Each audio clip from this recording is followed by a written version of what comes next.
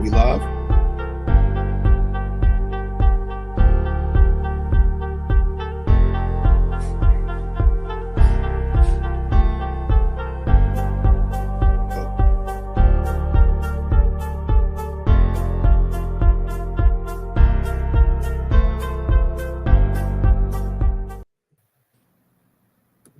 And now we do the intro, boys.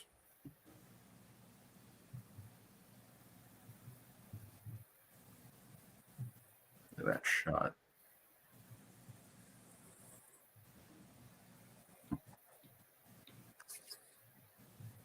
I just realized I didn't do a thumbnail yet for us. I'll do that throughout the stream, so that way I can add it.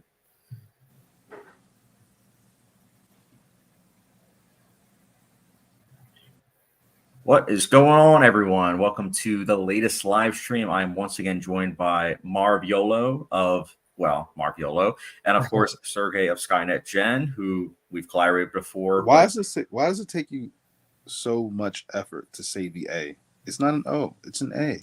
The A? A of what? It's not YOLO, it's Yola. Yola. And then Sergey of SkynetGen.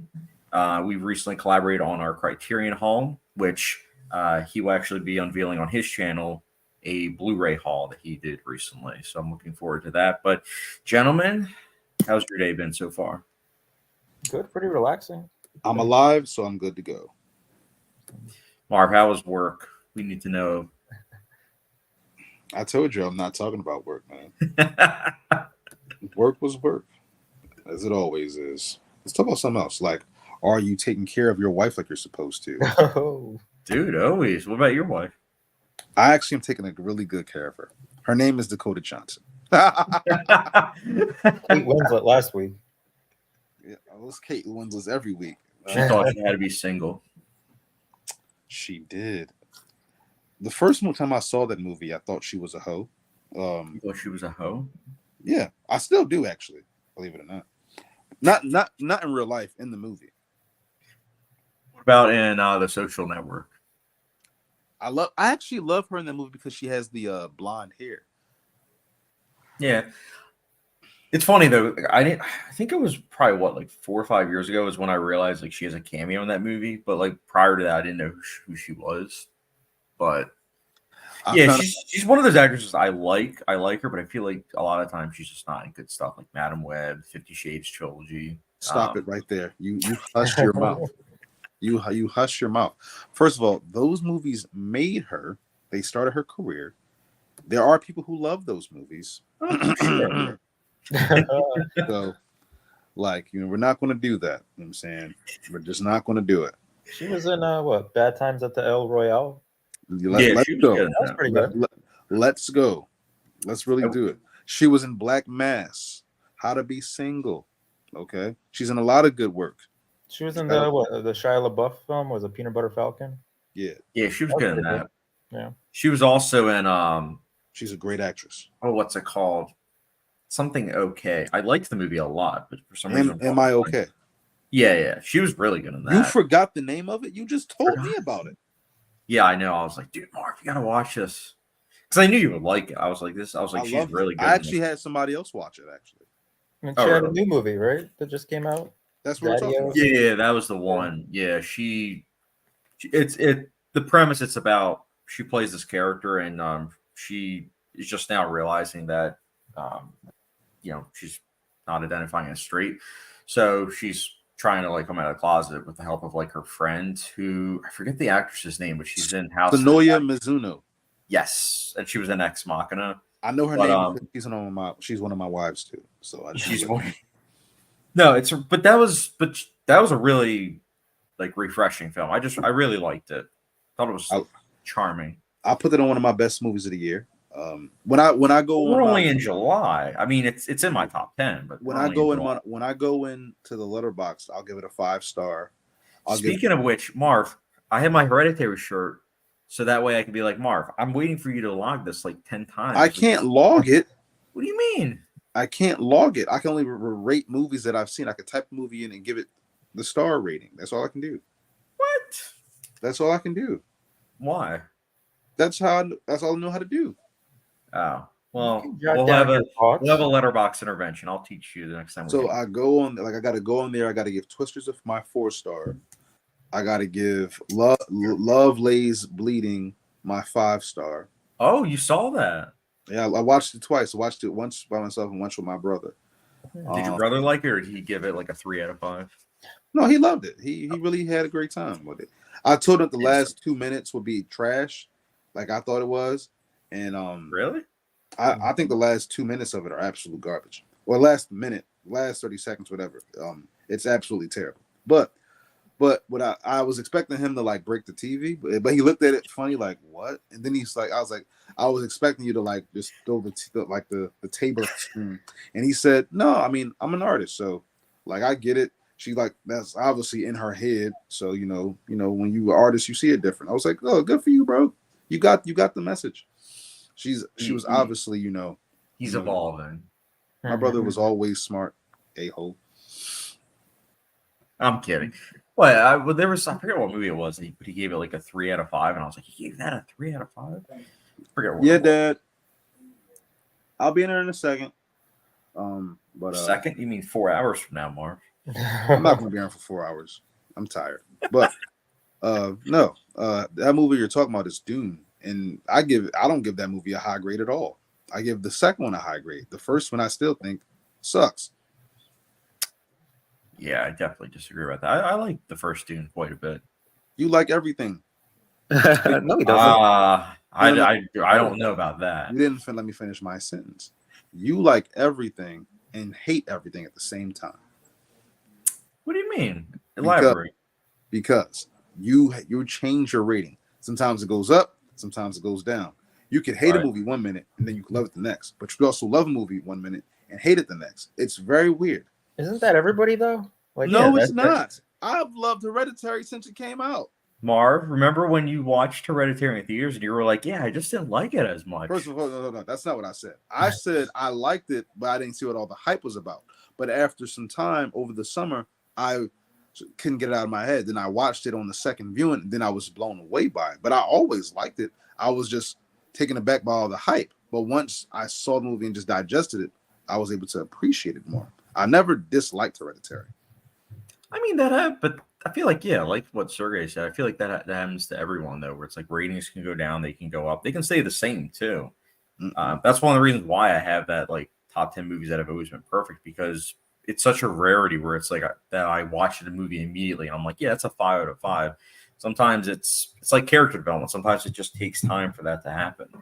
I just picked up Girl with the Dragon Tattoo on Blu-ray, and it's been like I remember giving that like 3 out of 5. That was like way back when. And let me boo that one. Boo! That movie sucks.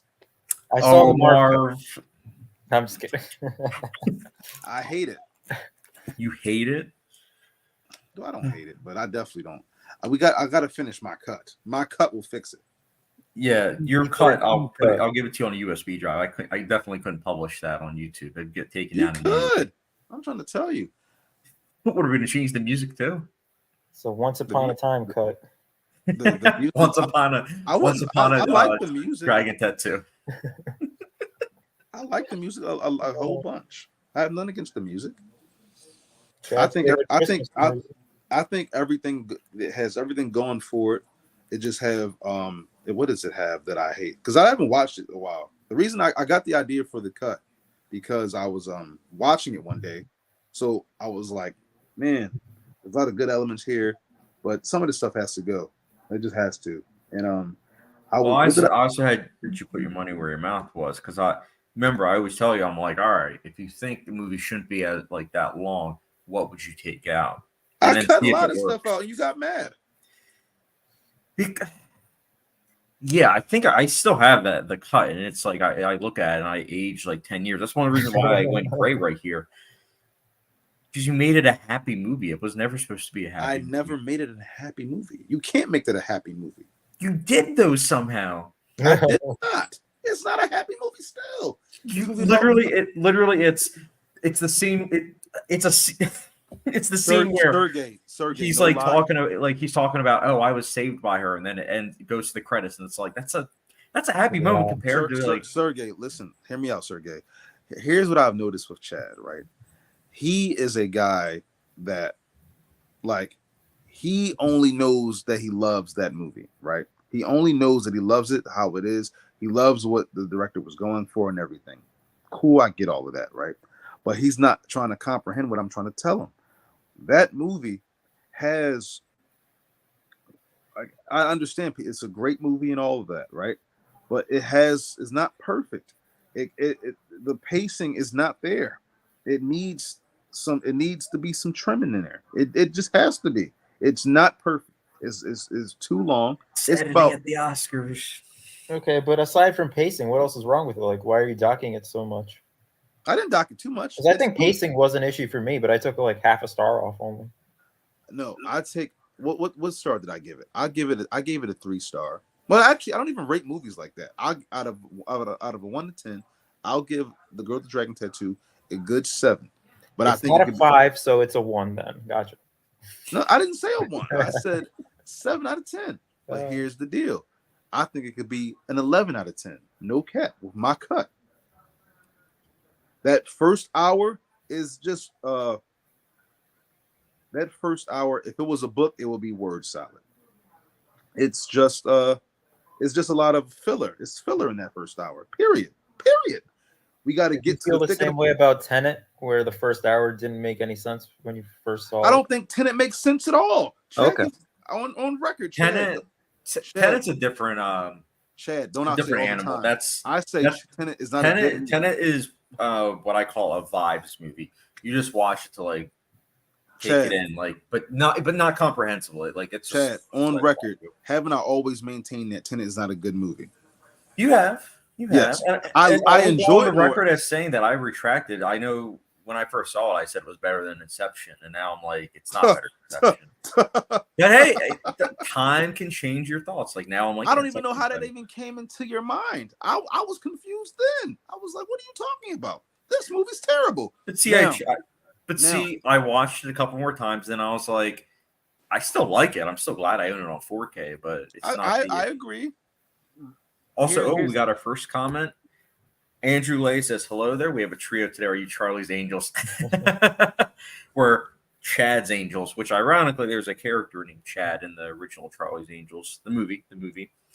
Andrew Lay, I know Marv remembers him. Sergey, he is from New Zealand. He is the one that absolutely loves Lord of the Rings. Well, I'm kidding. It kind of goes in hand. No, I'm kidding.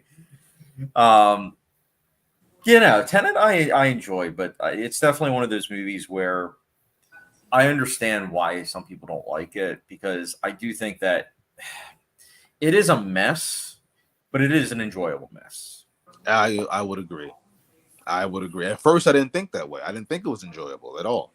And I will stand by this, though. I do enjoy the sound mixing. I do like how you can't really hear certain things. When I saw it in IMAX, we don't need that dialogue anyways. When I saw it in IMAX, I was able to agree with you, because I was like, "Oh, this is fantastic!" It was literally made to be seen in IMAX, and I enjoyed that very much.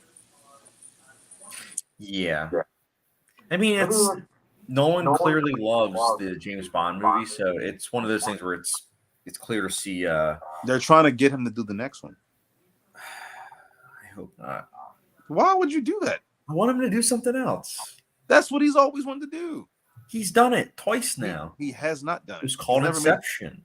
He's never done a proper James Bond movie, and that's what he always. That's his dream job.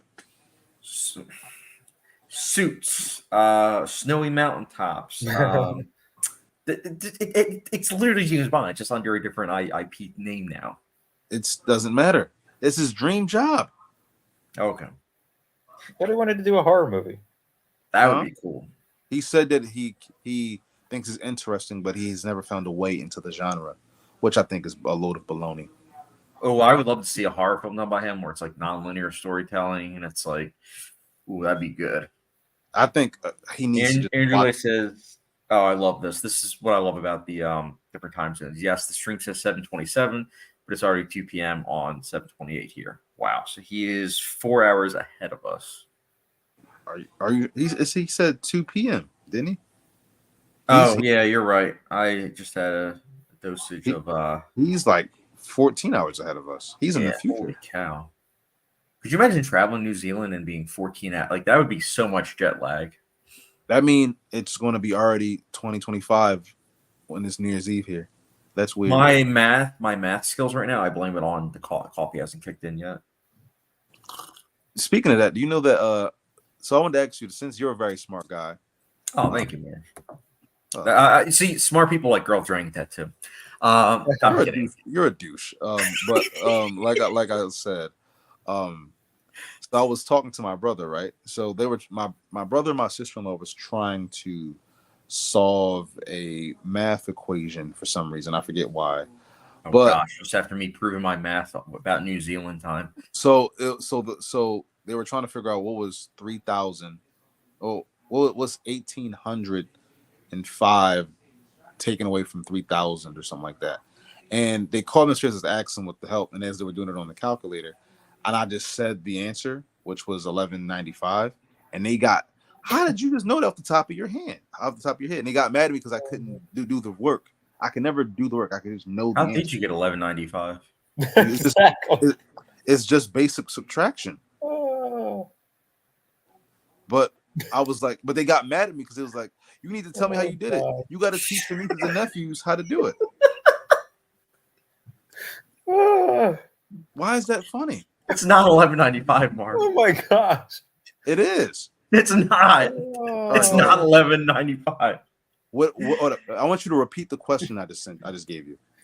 So you said 1805, right? That was the first. No, number. I did not say that. Okay. What was the first number?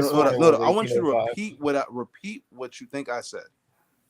1805 minus 500. That's not what I said. That's what I heard. That's not. I said it's 3,000, and they were trying to get.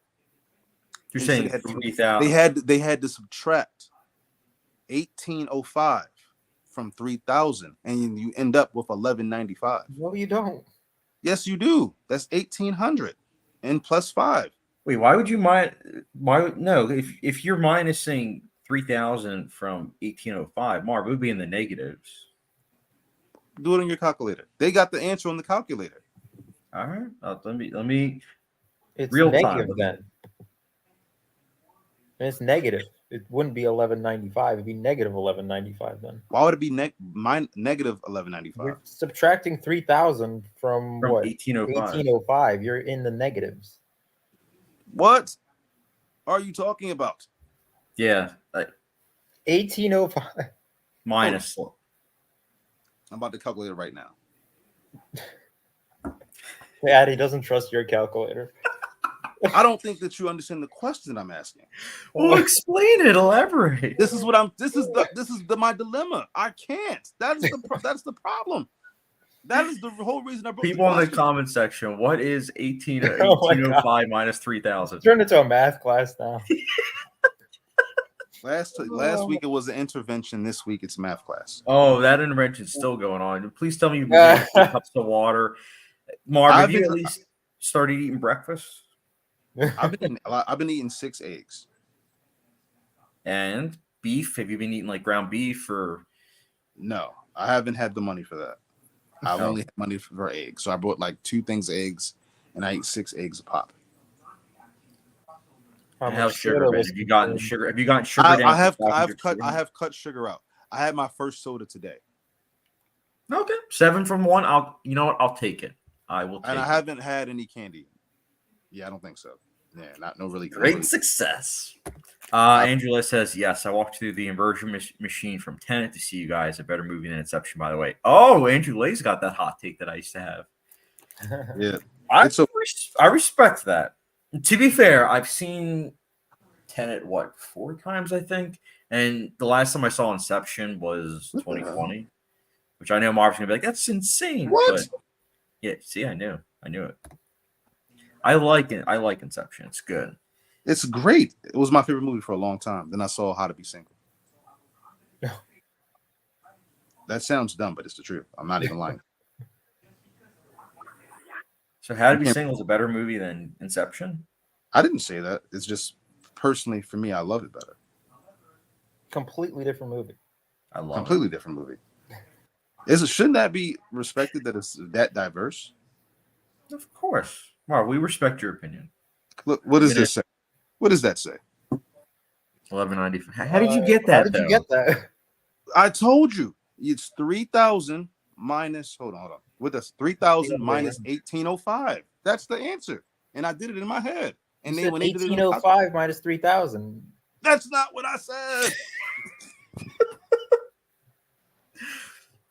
So first wait, you thought I said. First, give us a bit of context. Where does the 1805 and the 3,000 coming from? So that way I can. They were doing an equation. This is what you get for not listening, both of you. You know what I'm saying? I expect more from you. You know what I'm saying? But first of all, you said I said 500. I never said 500. I didn't say 500. You did. You definitely said 500. You definitely said 500. I heard you, but it's okay.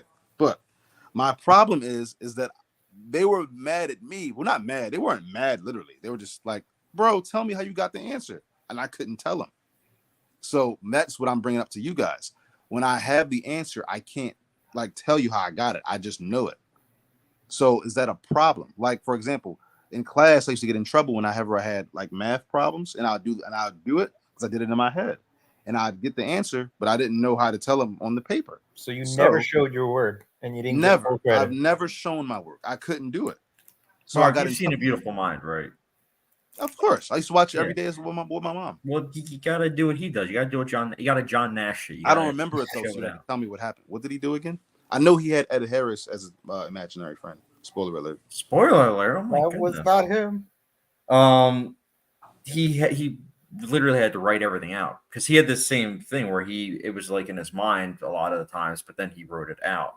So then, but I can't even begin to explain it. I'll give you context. Well, I'll give an analogy, basically, an example. So when I saw Furiosa, right, I said, I'm gonna start this Letterboxd. Chad's gonna be really happy. And then I went to the Letterboxd and tried to write a review, and I could not write a review. I couldn't write my thoughts about how I felt about the movie. That's why there's no reviews on my channel, on my profile, because I can't write them. You're giving us thoughts right now, though. But I can't write it. I tried. I was like, I sat there for 15 minutes because it was a surprise for Chad. I was like, he's gonna be so happy when he sees this. So I was trying to write a review for him so he could see it. Like, oh, Marv has a review, but I couldn't. You can always. Sometimes I'll see some people. They'll just have like a sentence. Could always do something like that. Sometimes I see a lot of times people on Letterboxd like make a quippy one. Those are the ones that usually get like a lot of. But that's the sense that sums up their overall experience with the movie. That's the thing, like, right? Oh my goodness, amazing! And then that's the thing right there, though, guys, is that when I tried to write the review or even a sentence, like I overthought it, and I was trying to like put sentences together, and my brain just froze, and then I just deleted it, and then I just said I'll just rate them stars. I'll just do the star system, and I just quit. And that's when I remember you were waiting like Marv, which is a surprise. That's what I was doing. I was like, dang it, I'm trying to get this review, but I can't do it. Never mind. You can also write like at the beginning of the review, like having difficulty like trying to process my thoughts and everything. We'll write a review like later on. Like, so I see sometimes people do that. I mean, Letterboxd at the end of the day, it's all on what you make of it. There's no there's no right way. I don't want to make it like a big deal, but it's something that I've always had a problem with. Like I can't write a review. I don't know where that comes from. I used to write the school newspaper. Oh, me too, dude. Amen. We got to stick together. But now, for whatever reason, that maybe I lost that talent of like writing my thoughts out. I think the first thing is you just want to look at yourself and say, like, your reviews, do you want it to be mostly about like what the movie is about, or do you want to talk more so about like the filmmaking aspects or the entertainment value or the box office? Actually, I feel like yours would be more box office, where it's like, oh yeah, I liked this movie quite a bit. Like, I think it's going to do well at the box office. And then a couple weeks later, you can either see that, you got an L or you got a W, or just, see, everything you just said just made my brain hurt. Oh, I'm just throwing out the other options. But but that's the thing. I'm not saying it's your fault. It literally just threw my brain for a loop. Like my brain froze. I was like, I don't know how to do anything Chad's talking about. like it was like you were saying, and I was like, all right, cool. I'm gonna do what Chad's saying.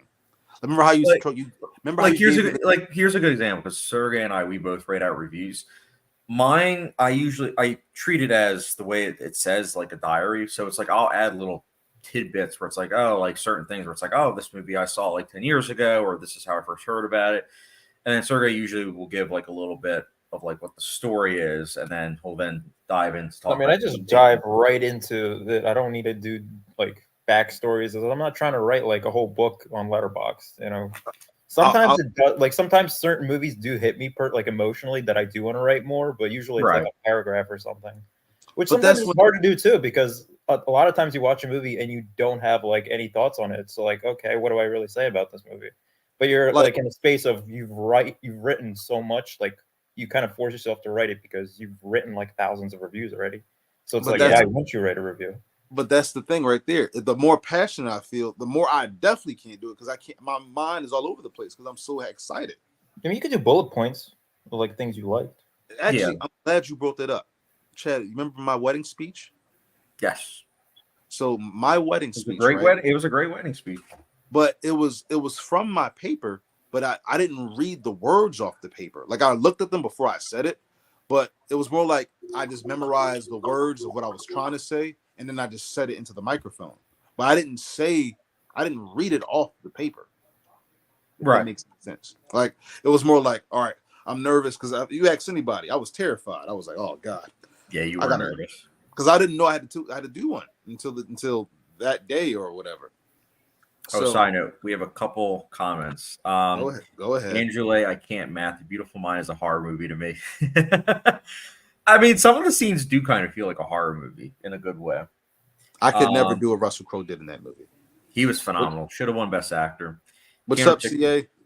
Can't articulate what is up. Can't articulate is great. I loved his comment on my Mulholland Drive review yesterday. He was like, method viewing at its finest. And then Andrew Lay, Marv's taking a math class, can't articulate. Well, that's the thing, though. And just on a quick side note, like it's really odd that like one day a child might ask me for help, and I can give them the answer. I can give them all the answers. I can't show them how I did it. So it's all the wrong answers. You're like Mr. Incredible in The Incredibles. Math is math. Just do it. No, it's not even. I would feel bad. Like I just like I don't know. I would feel really, really bad. Really, really bad. That was just a me moment. Sorry. No, you're good, dude. Oh, Sergey, I finished right before setting up the live stream. What is this? I finished watching Paris, Texas. Oh, cool. What'd you think? Good movie. Pacing, definitely not a Marv movie in terms of pacing. I could see Marv saying that movie should have been 70 minutes. I liked it, though. I really liked it a lot more than my first viewing. And I liked how the ending was that extended long take. That was really effective, too. Like, all the things that they had to do, like, they had to change the glass from looking like, you know, you could see through it to then changing it back to... Yeah, that was cool. Like, that I was really impressed with, because I was like, that was really cool, like, lighting techniques. Love the colors too. I mean, it's definitely one of those films where I can see myself rewatching again and liking it even more. But I thought it was good. Definitely good. Now, Perfect Days, because I know it's the same director. Would you say it's at the same level or? I think Paris, Texas is slightly above it. Oh, really? Okay. Yeah. All right. The same style where it's like, you know, deliberate pacing. Yeah, definitely deliberate pacing. Perfect Days is more kind of like a life in the day of this character. Kind of. It's a much different film, but I feel like Paris, Texas has a lot more rewatchability for me, and to explore the themes and the characters a little bit more deeply. That's fair. What is going on with Marv? As it seemed, I was too naive and I came up with such a simple conclusion. Marv's making eggs. Egg number 7. Can't articulate. I capped at Algebra 2 and I cheated on it anyways. You witnessed a car.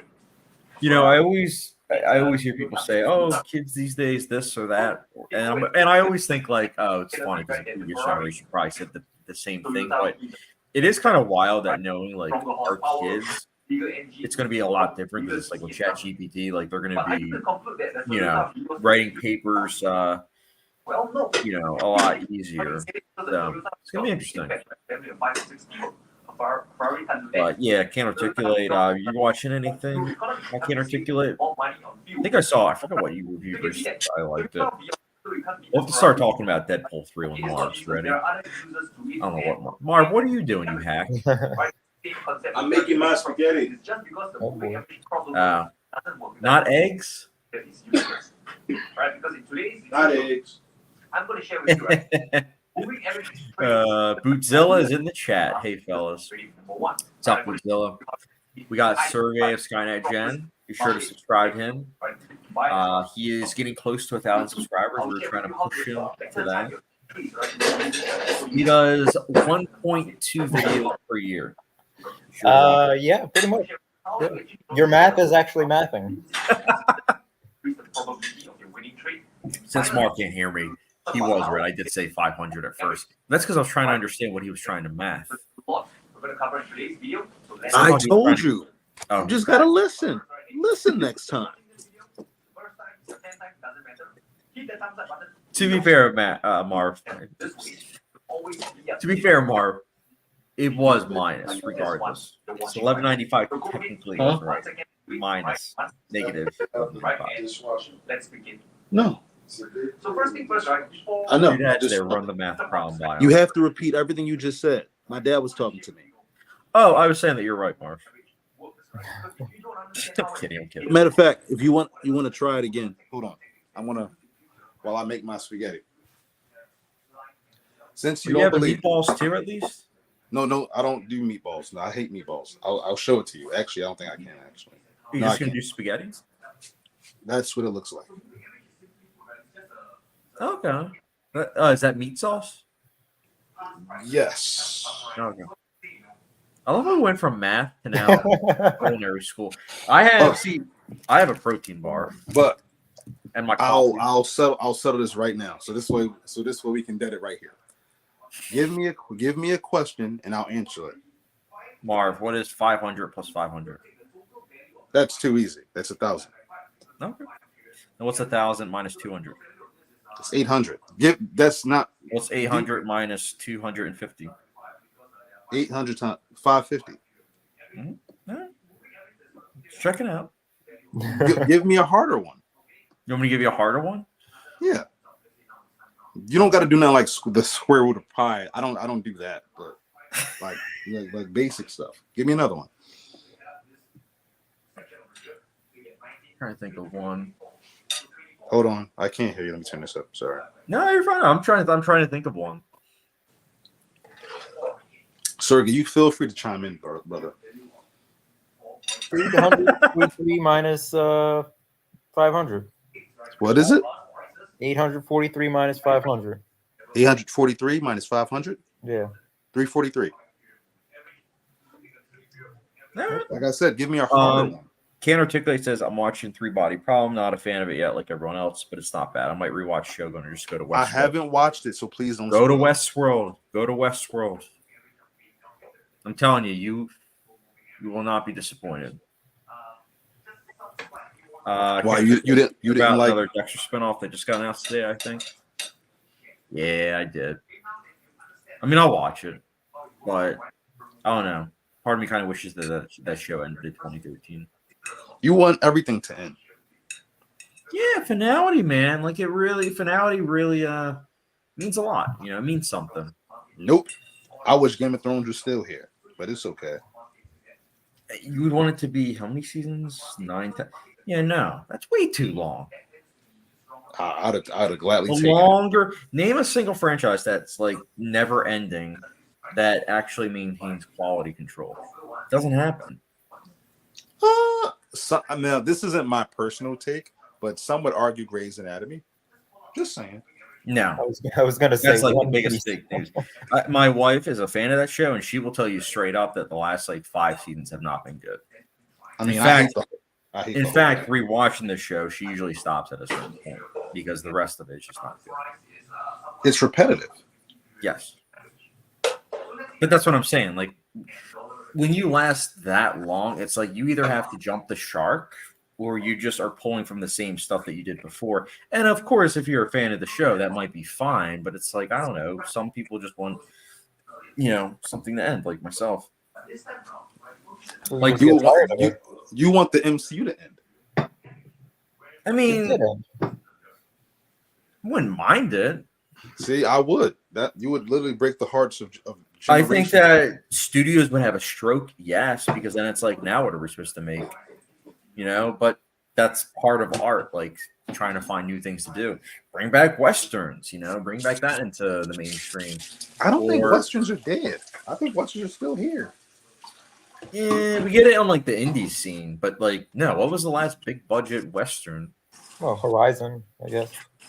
No, Yeah. The Harder And They Fall. not even Marv saw that. Sergey hates The Harder They Fall. That was big budget. People like that one. It was a Netflix movie. It's a Netflix movie. It counts. Did anyone actually see that movie? Yes, people loved it. Definitely. When that movie came out, it was a lot of word of mouth going on. People were talking about it at the job. They were talking about it everywhere. I only saw it because I heard about it. I didn't know about it at first. And then wait. Let me. This is really good. Andrew Lake says I don't have time for shows, but I'm really tempted to check out The Penguin out. Yeah, that looks like The Sopranos mixed in with like the Batman lore, and so something like that I'm fine with because they're using IP to try to create something like unique. Also, Bootzilla has math problems. This is what I was looking at. Marv, here's a math problem for you that Bootzilla's giving you. And I'm not even playing with this because this is where I always used to fall.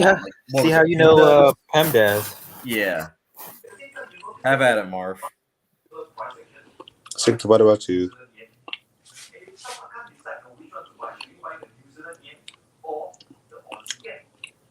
Is it?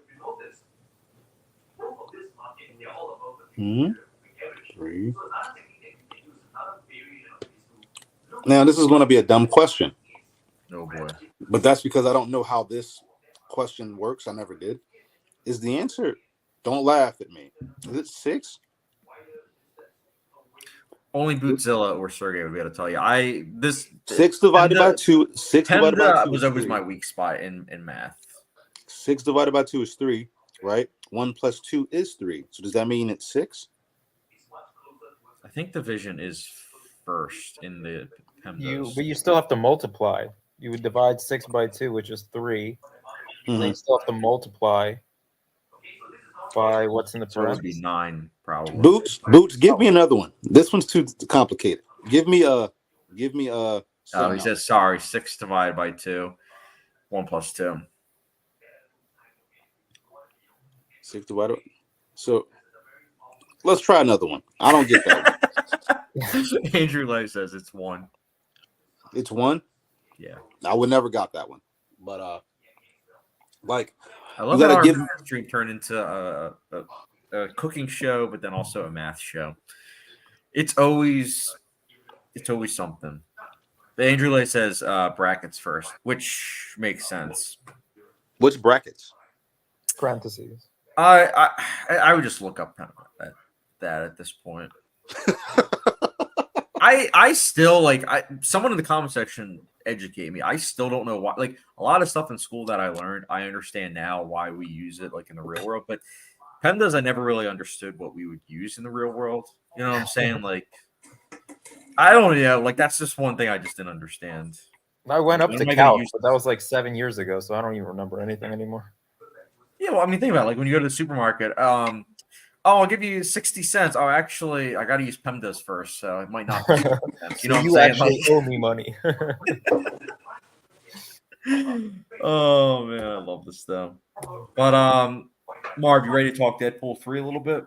No spoilers, of course, everyone. Go ahead. All right, I guess I'll go first. I thought it was pretty mixed. I'm very happy that it's doing well. I'm happy that audiences loved it. I enjoyed the theater experience. Sergey and I watched it together.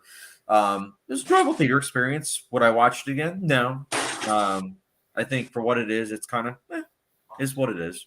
Sergey, we'll let you go next. Yeah, I thought it was entertaining. That was like literally the first thing I said to you when we kind of looked at each other, and Yeah. I kind of understand what it is. Like it's this buildup of, Wolverine and Deadpool. People have been waiting for this team up for many years, and if you're there for the nostalgia, you'll be happy. If you're there to laugh, they'll do that. But if you want anything that makes sense story wise, or if you want good villains, you're not going to get that out of this movie. I agree. Yeah. But it was funny because we left the movie theater and some like 19 or 20-year-old ran up to us and he was clearly excited about it because he even had like a Marvel shirt on and he was like, "So what'd you think of it?" Because he was going to see the movie next showing. And honestly, I didn't even know how to react. Like I had to like pause for a second because clearly this guy was like a fan of the series, the franchise.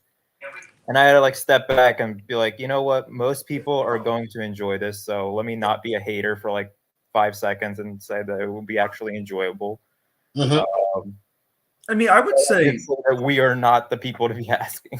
I will say that I wouldn't consider us like haters, especially based on our reviews. Like He was confused because we both walked out and we were like we couldn't answer him right away, but we had like Marvel shirts on. Yeah. Day one. I mean, I definitely agree with both of your reviews. I think that hold on, let me see if I can put this up. Can I? Yes. So I 100% agree with both of you. I think that if you want to just go have fun, you'll have a great time. But story-wise, it makes no sense. And I think the villain is weak. I liked her for what it was, but Villains. What villains? There's villains in this movie? Well, See, I didn't even not realize. really, but yeah, there were two. I mean, I will say this. I'm not gonna lie. I enjoyed seeing the opening credits, but as soon as I saw 5 writers, I was like, "Oh no, we are screwed." And everything that preceded it kind of confirmed what I was scared about because it seems like there was 5 writers' ideas on what to do. And then by the end, those 4 of the writers took a step back and were like, you know what? This one writer will let you do whatever you want the last like 10, 15 minutes. Because I felt like the last 10, 15 minutes felt more like cohesive. Everything before it was just a huge mess. And I will also say, again, no spoilers, but I will say that Avengers Endgame moment that they were clearly going for at the end, that just landed with a thud for me. Like I was like, cool idea. But everything prior to that, there's just no. You want to know something funny? You both are going to be like, "What?" when I say this. Oh boy! You know what tier of movie I would put this in with? What? Black Panther, probably. No, absolutely not. Are you kidding me? Oh, I don't know. Spider-Man: No Way Home. Yeah. I mean, it felt like the same movie. And get this. I did call that in one of these live streams. I did say that. I said it was going to be that. And Doctor Strange 2. Yes. Doctor Strange 2 is even worse. It is, but it's in the same vicinity. It really is. I do agree with Marv. That's literally what I thought about the whole movie. I was like, this feel like I enjoyed it much more. I mean, I enjoyed the nostalgia at least, and it did make me laugh. Doctor Strange didn't do any of that. Yes, you're right. And all I could think while watching was, this feels just like both of those movies. Both of them. It literally felt like that. It felt like they kind of felt, because you know how I feel about both of those movies, where Doctor Strange 2, I hate that movie. I hate it. You like the first one, though? It's one of my favorite Marvel movies ever. I love that movie. Okay. Like, I would put that movie in probably like my top 10 of the 2010s. Oh, wow. I love it. That movie, I've seen it like 100 times. No lie. Chad, do you like the better one was called Inception?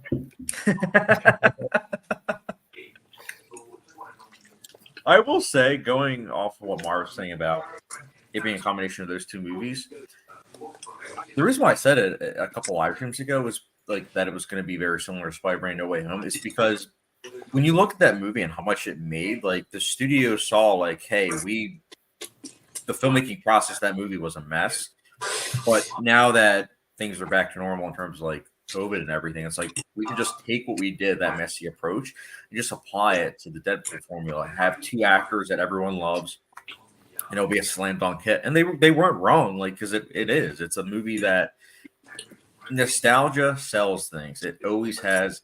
It always will. And I will bet money that one of these next Marvel movies will probably pay heavy homage to, I would say, some of the superhero movies that weren't as beloved in the 2010s, like Fantastic Four, the one with Miles Teller and whatnot. Madam Web, 20 years from now, there's probably going to be a movie that is then, given nostalgia for Madam Web. Remember Dakota Johnson as Madam Web? And it's like, yeah, we remember her. Like, she got to be blind Madam Web for 5 minutes. We remember her. Mark my words. Mark it in this live stream. I'm calling it now. Also, we have a lot of comments, mostly about the math ones. So, Marv, let's have at it. Godzilla says it can be either 1 or 9. Can't Articulate says 9. And then Andrew Lay says, I've never seen a bigger divide among my Letterboxd friends about Deadpool 3 ratings. Either 1.5 and 2 or 4.5 and 5. Which is funny, Andrew, because us three, our ratings are like in the middle of those. Like I gave it a 2.75. Sergey gave it a 3 out of 5. And then Marv, you gave it a 3.75 out of 5. I didn't give it anything yet. For Deadpool 3? I didn't rate it yet. Yeah, you told me 7.5 out of 10. Oh yeah. But I don't know. But I don't know what that translates to in the rating system and like the star system. Math, Marv. The star system. I don't know it. So, what's 10 divided by 2? 5. Right. So 7.5. What's that divided by 2? 3.75. There you go. That's how I got it. Okay. That's good. How's it we're talking about math still? Bootzillas. Oh gosh. Oh gosh. What? Are you looking at this? This is like a John Nash equation. 6 divided by 2. Brackets 1 plus 2. Does anyone want to try to attempt? I'm not attempting this. Boots. I said do the something problem. simpler. I'm a simple person, Boots. What is this? Bootzilla is probably a mathematician. If he says I'm a mathematician, have been for 10 years, I would not be surprised. I think he's explaining how he got the answer of 1. Oh, okay, Boots. Okay. Marv almost had an aneurysm. I almost had an aneurysm. But not the I whole was like, you want me to? Yeah, like Marv, this? Bootzilla actually shows his work. I can't. Boots, I literally can't show my work, Boots. Like, for example, Chad, you were born June 9th, 1996, right? Yep. National Sex Day. But yes. Really? No joke. And what I also love is my birthday is a palindrome. 6/9/96. Explains everything. That definitely explains everything. Yep. For sure. So my point in saying that is that if I'm correct, and I want to make sure I am first. You have been a lot. On a side note, Can't Articulate says 6/2 asterisk 3. There's an imaginary multiple sign between the two in parentheses, so it separates it. Now it's 3 times 3 equals 9.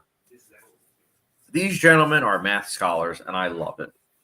So you are 2 weeks shy of being 338 months old.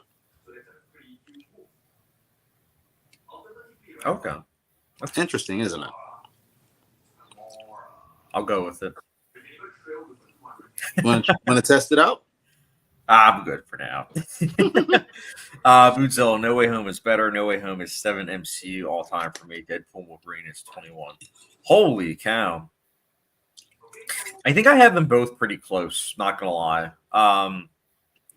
I think the only thing that elevates Deadpool Wolverine slightly, ever so slightly, is the chemistry between the two leads. Like they did bring a lot of laughs.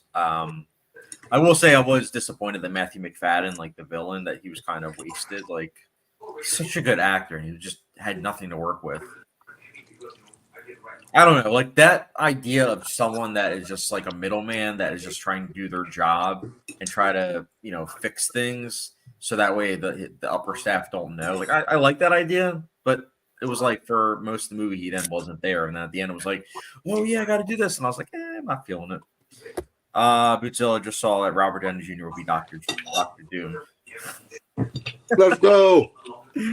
No, Marv, that happened. You're a hater. Dude, I love Robert Downey Jr., but let him keep having him do like Oppenheimer type stuff, like do dramas, do whatever, do anything. You have enough money to last you the rest of your life. Just do something.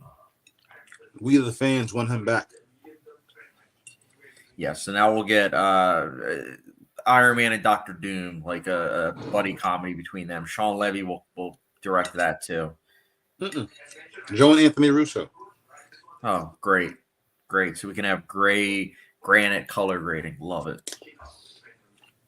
Marv, you're always talking about budgeting. You're always talking about budgeting in movies. Those boys, they know how to spend a pretty penny. 200+ million. I'm not gonna lie to you though. They made 4 of the biggest movies of all time. I mean, I think that they're personally. My theory, I'm going to put on my conspiracy hat. My conspiracy is that they were chosen originally because they know that the studio could do whatever with them. They're not like someone like James Cameron where it's like, oh, we need you to make Avengers Endgame for it to come out at the beginning of 2019 because they know he would have been like, oh, all right, and then it comes out in 2029. Like the Russo brothers, they get things done on time. They're easy enough to work with. That's from a business perspective. I get why they choose these directors, but I'm not gonna lie.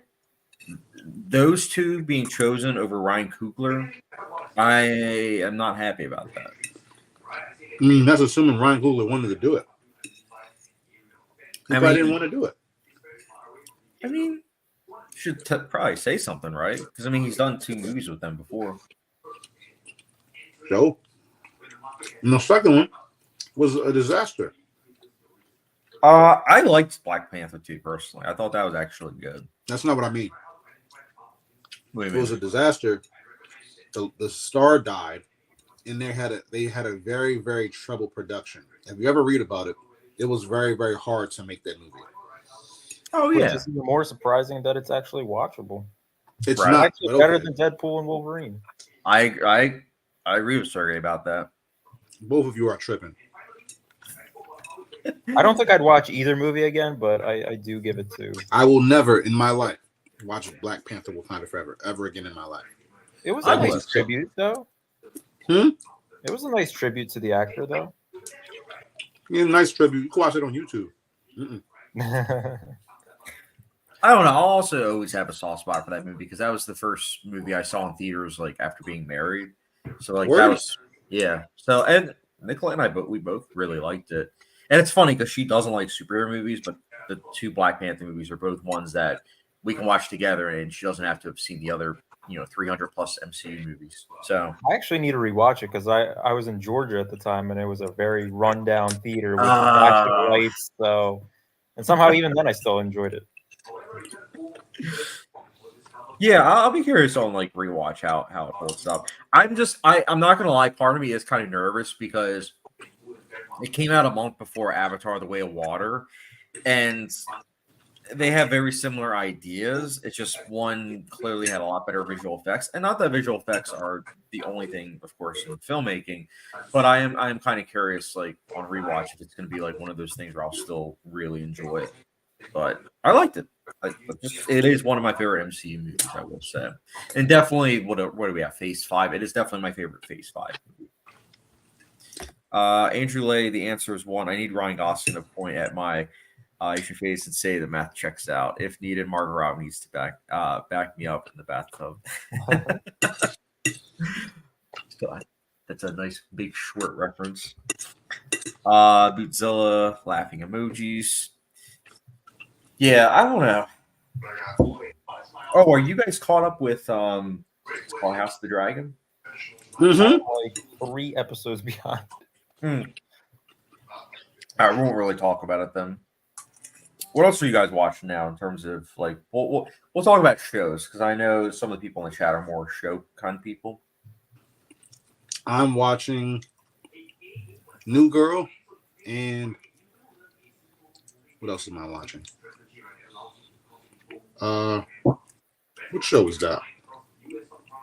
New Girl and what is it? Oh, Chicago Fire.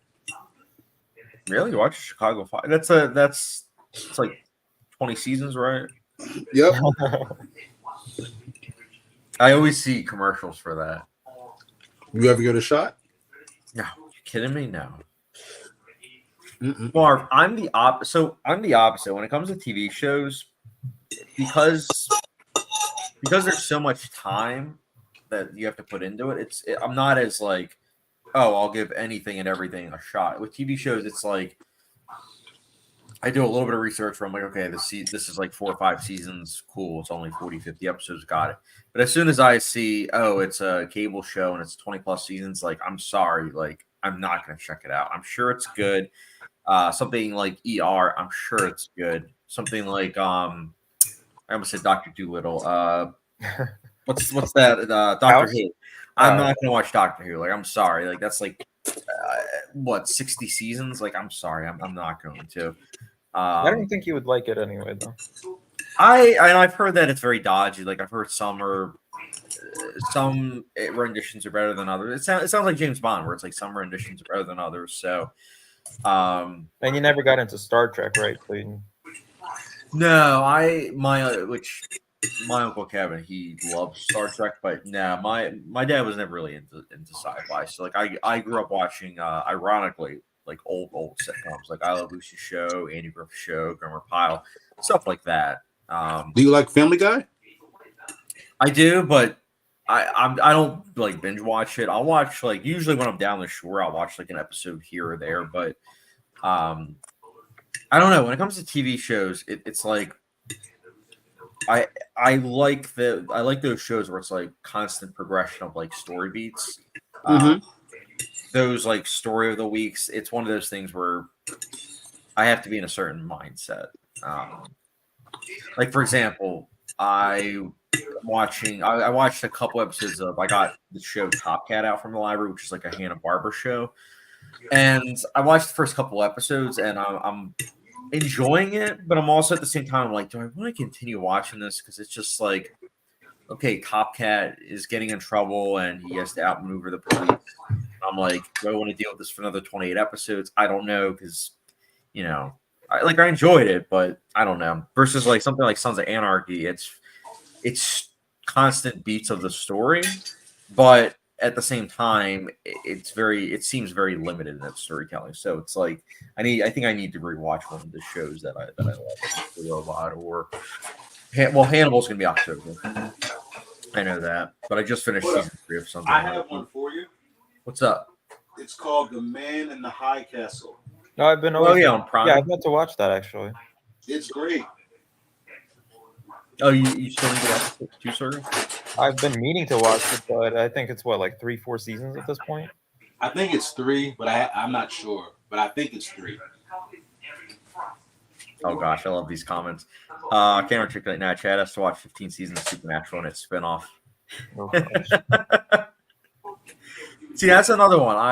One of my best friends, his sister watches that show, and I remember her telling me about it, and I just straight up said like nicely, I was like, I'm glad that you're enjoying it, but I'm not gonna lie, I'm not gonna watch it. Like, I try not to be dismissive because it's not like I'm saying that it's bad. It's just that I look at that and I'm just like, that seems overwhelming. Like, if I see over 100 episodes, like that's a lot. That's a lot for me. I mean, I don't care. I know some of them are like 20 episodes a piece, but it's overwhelming. I'm currently watching One Piece, and that's over like 1,000+ episodes. Yeah, no. Like anime wise, I would watch like on what's it called, On the Garden Wall, because I think that's only 1 season, or like Cowboy Bebop, like shows like those. I'm down for Avatar, Last Airbender. Those are ones that have been on my radar, and I would watch it. But like something like One Piece, I wouldn't watch, even though I'm sure it's good. Also, ooh, this is a good one. Godzilla. Chad, I saw that you gave the movie Kill 3.5 on Letterboxd. I'm gonna watch that tonight. Better or worse than the Raid movies? So I think Sergey and Marv, they both know how I feel about the Raid films. They are Kill is not as on the same level. It's not. But then again, what is? But in terms of like violence, it is reaching that level. But it's funny because the first 45 minutes of Kill, I'm not gonna lie, I was like very worried. Like it felt very American, very herky jerky kind of camera work. I was like, what is this, a PG-13 movie? But right as the title card comes on screen, which is literally at the 45-minute marker, things change and it becomes this wild ride, and it is truly something to behold. But yeah, ironically, I'm probably going to be rewatching the Raid 2 tomorrow because I'm hanging out with Jeff, and he's like, "You've told me a lot about it," and I'm like, because he loves the John Wick movies, and I'm always like, "Well, if you like John Wick, I think you would like the Raid movies." But I know, Sergey, you wouldn't like the Raid movies, but Marv, I'll still check them out. I mean, it's billed as like what would you say was like your favorite action film of all time? Oh yeah, hands down. But at the same time, like when I tell you the mix of movies that it is, it's like it's not really up your alley. Like it's a mix of it came out before John Wick, but it's like a mix of John Wick combined with like Casino, combined with like The Departed. And it's very like the violence is very over the top. Like they bleed a lot. Like it's not the same level as that movie that you're watching in October, Revenge, but it still is a lot. Like there's some wounds where it's like there's no way someone would survive. But I personally don't care because it's like one of those things where it's an adrenaline rush, like watching these characters attack each other. But I do like the story. I really do like the story. And I think that's why I like the second better, because the first one is just a straight up, like simple, hey, we need to go into a building, we need to get people out. That's it. Raid 2 expands on the world building and at the same time tells a story that at the end of the day is about a friendship, but also deception. And at the same time, you get very unique action scenes. So I maybe a 2.5 or a 3 from you, I would say. Marv, I think would love it, except it is subtitles, so that would be a no-go for Marv. But Godzilla, to answer your question, not at the same level, but I think you will still thoroughly enjoy it. As long as you like over the top action. Because any one of those deaths, I mean, any one of those scenes, there's no way someone would survive it. But Marv left again. Would you say it's very similar to The Night Comes for Us? Yes, which is also why I've mainly never been like, Sergey, you 100% need to watch the Raid films, because I'm like, it's very similar in terms of like the violence. And I know that in terms of action films, over the top really isn't your style, which I get. I definitely get. Especially because I feel like it's almost played out at this point, because John Wick movies onwards, that's what we've been getting. It's kind of like with the Bourne films when we got those in the 2000s. Like afterwards, all we got was herky-jerky style action films. And then it took the early 2010s to kind of fix that with like Skyfall, where it's like, oh yeah, we can actually have action scenes where you can see what's going on.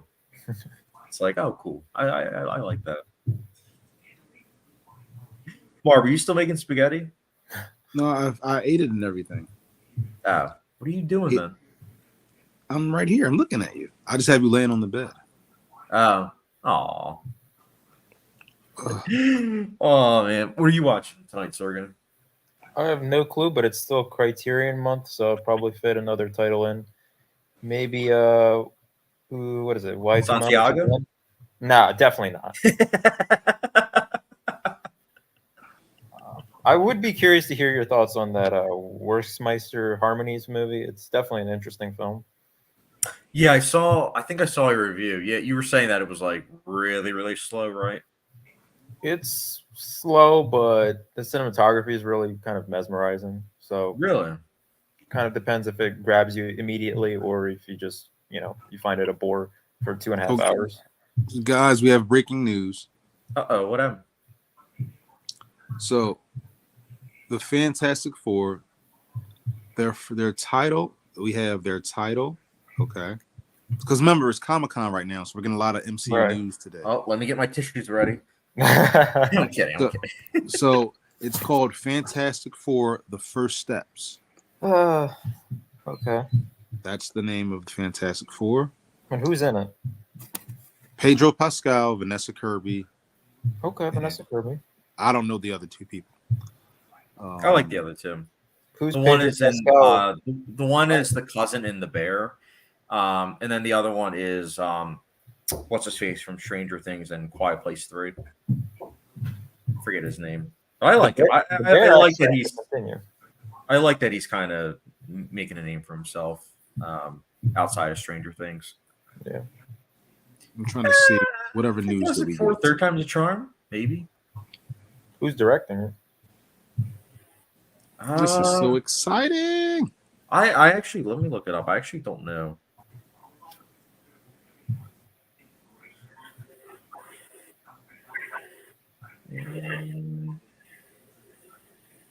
Let me see. All right, so Chad, the Russos are officially back for Avengers, whatever, 5? I guess 5, yeah. Avengers 5. Secret Wars. Let's go.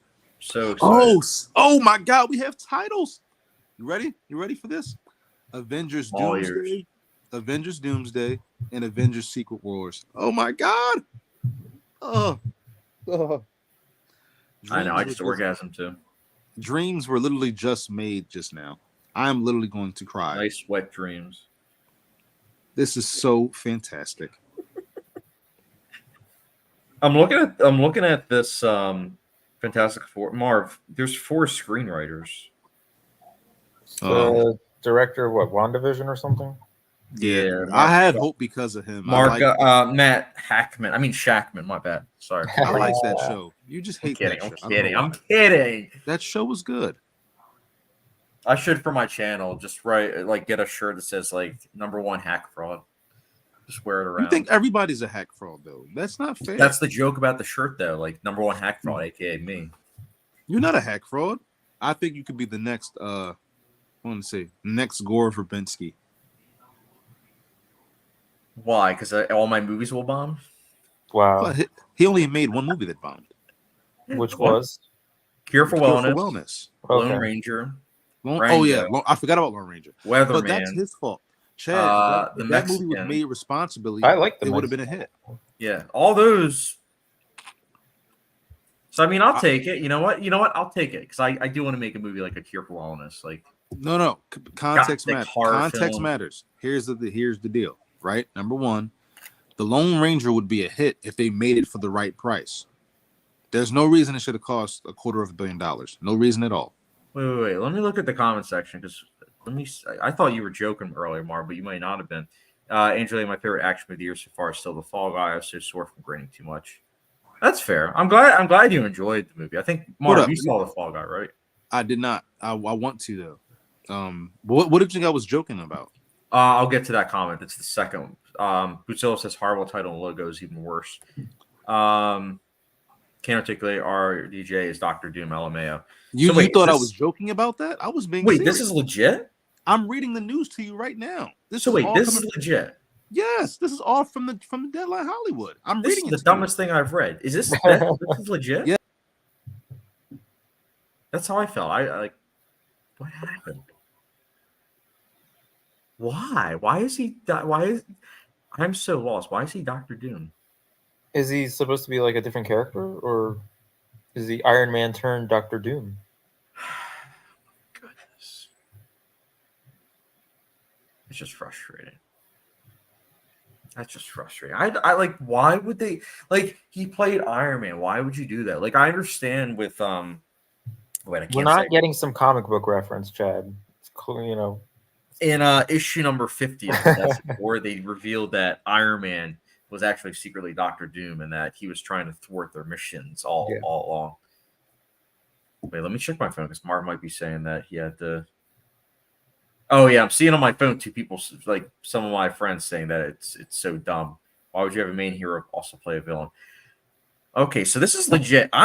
Why? I don't know why they're doing this. Like, that is so stupid. Oh my goodness. I'm having a Chris Harloff moment, except like the opposite. I'm just like dumbfounded. I'm like, what are we doing here? So Chris Evans should come back too then. Yeah, he'll play I'm trying to think of what's a stupid character. I'm not a stupid character, but a stupid thing that they would do. Yeah, he would play the Mandarin. Yeah. We'll get a third rendition of the Mandarin. We'll play, except it'll be Chris Evans. What is happening? But see, this is what I'm saying. Like, when I have children, if one of my kids loves superhero movies and they say, "Hey, you want to rewatch all 60 Marvel movies?" I'm going to be like, "I guess for you, Just I will." make sure they watch the original like Marvel stuff, and then by the time they get to the newer stuff, they're gonna hate it just as much as we do. Yeah, let me tell you. Like, I'd rather go back and watch all the '90s like Marvel films, as cheesy as they are. Yeah. Ace Pletz is in the chat. Says, "What's up, guys? What is up, Ace?" He says, "Me and my friends were really just talking how dumb that was on call." Okay, so this is legit news. Okay, I just, yeah, I'm sorry. I'm sorry, Butzel. I legit thought that was like a joke that you were saying. Speaking of which, Butzel, LOL, chat not believe me about RTJ. Yeah, because it doesn't. It sounds like a joke almost, like that they're trolling us to see, like, to get a reaction where it's like, okay, is everyone down for this? Because if so, like, we'll do this. It is very dumb about RDJ. So tired of recycling actors. Yeah, like, I don't know. I thought he was getting away from that. Like, I thought his whole spiel that he was having when he was going around the award circuit was that he was glad he did this role because he wants to try to do more dramatic stuff. Playing Doctor Doom is not dramatic. You're going to be behind a lot of prosthetics. Actually, no, not a lot of prosthetics. You're going to be behind a lot of mocap work. So you're not really going to be dramatic. Like, anybody can do that.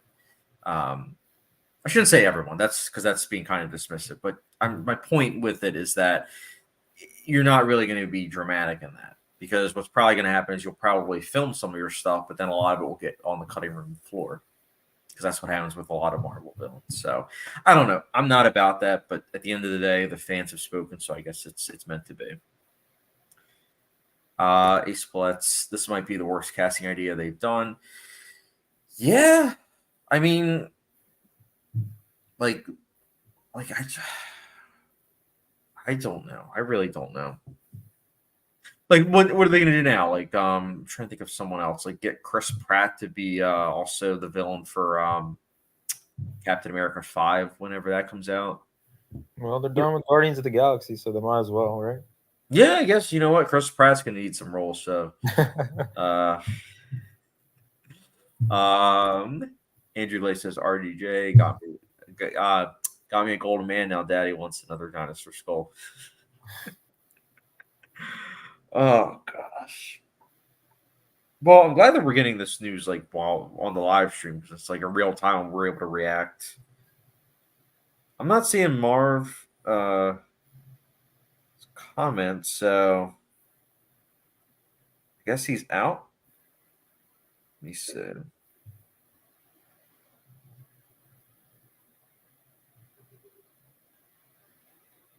Yeah. Oh gosh. Can't articulate. What if Edward Norton is back, but he's playing Miles Morales as Spider-Man? Oh gosh. There would definitely be a lot of controversy, for sure. I do like Edward Norton though as an actor. Like, it might be a hot take to say, but I did like his rendition as Hulk. I know he's not the easiest actor to work with, but I don't know. I have fond memories of that movie, but I also haven't seen it in over a decade. So I have no memories of that movie. really, Nope. I'm kind of scared to watch it now, because I remember liking the first 2/3 and then thinking the action scene at the end was like fun. But I also am having memories of it, and I'm like, it is kind of just like a CGI porn fest, and it's like, late 2000s. So I'm like, I don't know how it's gonna look, but But I liked the stuff before that because I grew up watching the stuck in there. I watched the Hulk TV show with like Lou Ferrigno, so a lot of the references I was like picking up on. I was like, oh, that's pretty cool that they're doing that. But Ace Blitz says thoughts on Michael C. Hall being the internal voice in the new Dexter show. I think that's a smart-ish idea because it's definitely going to be a selling point for why people will want to check out the show. But at the same time, that being the internal voice when he's younger, I don't think really makes that much sense, to be honest. Part of me would want the actor that's playing him in the prequel to do the voice, but you know, I don't know that whole franchise. It's very weird what they're doing right now because it's like they're doing a prequel, but then I think they're also doing a sequel, if I'm not mistaken. So it's just like I'm a fan of Dexter. I mean, for crying out loud, I named my dog after Dexter, but at the same time, it's like, what are we going to do next? Like a side show about Deborah, or a side show about like one of the other characters. Although, if we're talking about side ideas, a show about Trinity would be pretty cool. But we'll see. Ace Blitz, he was great in Fight Club. Yeah, he was. Sergey, you saw Fight Club, right? Yeah, of course. Oh, good. Just want to make sure. Can't articulate. I actually like the Lou Ferrigno Hulk show. It was good. Yeah, I have fond memories of that. I used to own that on DVD. I have fond memories. I don't know if I can watch it now though because I know it's really cheesy, but I had fun with it when I was younger. Ace Blitz, the only reason I might watch it is because Christian Slater is in it. Yeah, which I know you're watching Mr. Robot right now, and you're on season 4. To answer your question, because I didn't get a chance to respond to your message. Season 4 is very, very close for me in season 3. I think season 3 I have is like a 10 out of 10, and season 4 I have is like a 9.8 out of 10. So it's like they're very, very close. Like it's pretty much perfection almost, like season 4. So it's like I get people like season 4 more, can respect that, but season 3 I like a little bit slightly more. But I'm glad that you're liking the show. Bootzilla favorite Norton performances in 25th Hour. That's fair. What would you say your favorite performance of Norton is? Probably Birdman. Really? Yeah. It's fair. It's a great performance.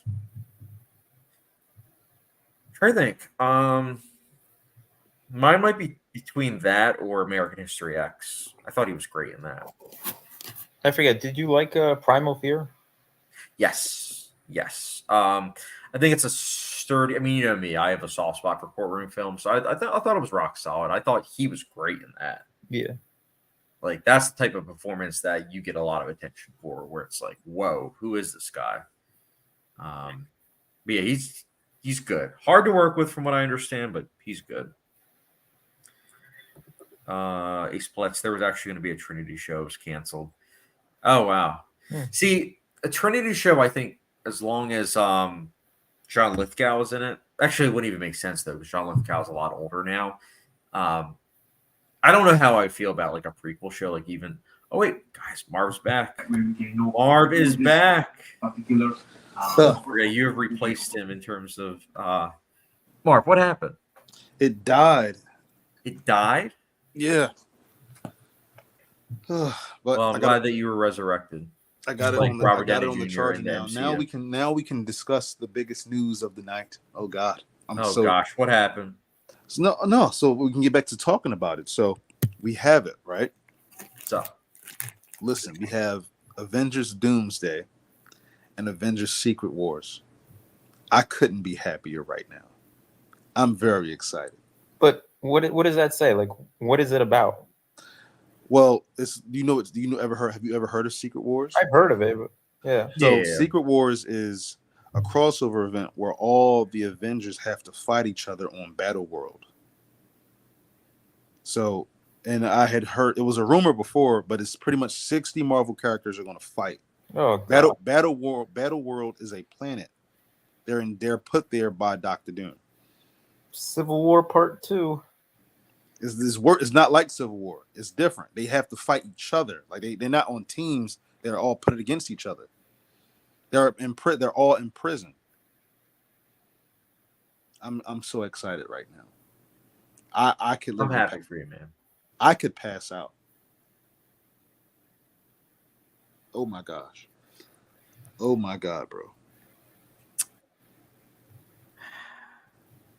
Really? That's what they're setting up? I mean, you don't get it. It's okay. You don't get it. But this is like these are dreams coming true right now. Oh my God. I'm about to hold up really. Where's my phone? Wait till my brother sees this, bro. Oh my gosh. I could do a backflip. I need to be at Comic-Con right now. Oh my God, bro. Oh Lord, bro. Hold up. That's the premise. So you're saying that that's what they're gonna do? They're gonna have. I mean, you can look it up. I can read it to you. Hold on. I'll read it to you. Mind you, right? No wonder Ryan Coogler didn't want to do that. He was probably like, "Wow, like so this is just Civil War Redux." It's not a redo. Civil War is a whole different comic. Battle World that's a whole different comic. Secret Wars is one of the best comics of all time. Look into it before you judge it. That's all I'm saying. I mean, Marv, I'm gonna watch the rest of the MCU. You're going to watch it, but I'm don't sure that when I'm on my deathbed, they're gonna be like, the MCU now has its 100th film. And I'm gonna be like, oh great, but this will be the last. Don't be film. dismissive. It's not fair. You're being dismissive. It ain't right. Who's in it? Who's in this war? They said 60 characters, so I would have the original Avengers will be in it. I don't know. Probably. I don't. But I haven't looked at it. I've been talking to you guys. I haven't even looked at the coverage. It's all coming out right now because Comic-Con's happening. Hold on, let me see. Bro, I don't know. I feel depressed now. You're depressed, and I am happy. There's like 6 writers working on it, and it's the Russo brothers. And then it's about the superheroes just fighting each other. Like, how many times are we going to see that? But you don't like superheroes. Not like when that. When did I say that? That's how you're acting. Oh, this is just like one moment in a movie. It's not even. Mark, I'm sorry I'm not jerking off. I got my chai. I'm sorry I'm not jerking off to 60 superheroes. Like, but you do to the Lighthouse. Get out of my face. Hey, the Lighthouse stands on its own. It's 100 minutes of craziness. It's garbage. Period. It's not trying to create a Lighthouse cinematic universe. It sets out to do something, to create a buddy comedy, a homoerotic art house experience, and it does it. It's not like the MCU where it's like we just need to experiment so that way we can make $1 billion to make back the $300 million that we've put out. Hold, let me see. I think he sent me something. Hold on. Oh, Marv, these comments are interesting. Let's go through these. I love these. Andrew, like my favorite Ed Norton performance was in Primal Fear. Chills. Yeah, he was great in that. Primal Fear was his first movie. He nailed it. That's actually something I did not know. I did not know that was his first movie. And that's crazy because it's like incredible performance. Got an Oscar nomination for it. Well deserved, too. Ace Plutz, do you think Hell LA is the best episode? That's what I hear most people say. I wouldn't say it's my favorite episode of the show, but I will say it's one of my favorite finales of all time. I would say my favorite episode, it would be either the season 3 finale or the episode where it's you haven't gotten to it yet, but there's one episode in season 4 where it's all, well, not all, but there's only 2 lines of dialogue, and the episode starts with it's cool, we don't have to talk, and then it ends with it's time to talk. That episode is one of my favorites of the show. I think it's incredible, and the rest of the episode just visual storytelling like in between those 2 lines, so you don't see that often on TV. So and the director, I just also love how he has like references to other movies and shows throughout the show, but in that one he references like Die Hard, and it's a Christmas episode. So I'm looking forward to seeing your thoughts on that episode. But also this comment, Ace Blitz, the difference between Chad and Marv reaction is killing me. Bootzilla, Secret War sounds hokey, but we'll see. And here we go. Can't articulate. I think they said Secret Wars was going to bring all iterations of live action superheroes, so we could see Mark Ruffalo, Edward Norton, and the Ang Lee Hulk guys in Secret War. So what Sergey was saying earlier is applicable, where it's like nostalgia, and it's like that makes sense because it's like, remember Ed Norton, remember Ang Lee's Hulk, remember, like I said, when Avengers 10 comes out in 20 years, you will see Madam Web. I promise you. Calling it now. It's cool, but it's like nothing more than that. Like I don't really get much emotion out of that.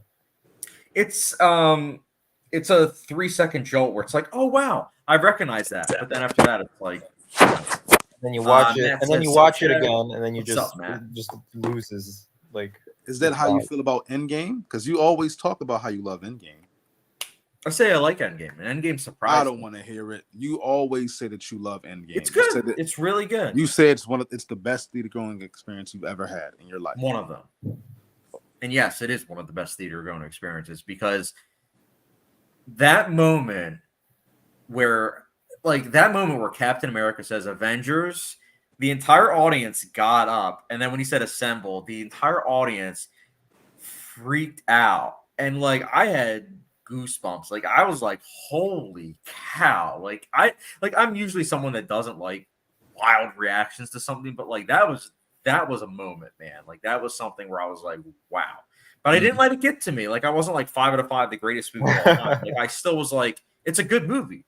I have issues with it, and even some of the issues I have, like I've agreed with you on. Like I think that moment I just said, I think that when they go after each other, like the two armies, as soon as they clash, after that, it becomes like a digital, murky, gray granite mess, even on like 4K. But it's still a lot of fun. I still enjoy it, and I do like the emotional moments. But we were waiting like 13 years for that. Yes, we were waiting 13 years, and something like Deadpool 3, again, not spoiling anything, but that moment at the end where they're trying to do something like that, we weren't waiting for anything at all. Like it was just like, okay, that's happening. Cool. Also, Ace Paulette says this Marvel movie sounds stupid. Sorry, Marv. Which one? It's 2 of them. The 60 people fornicating on a planet, like that one.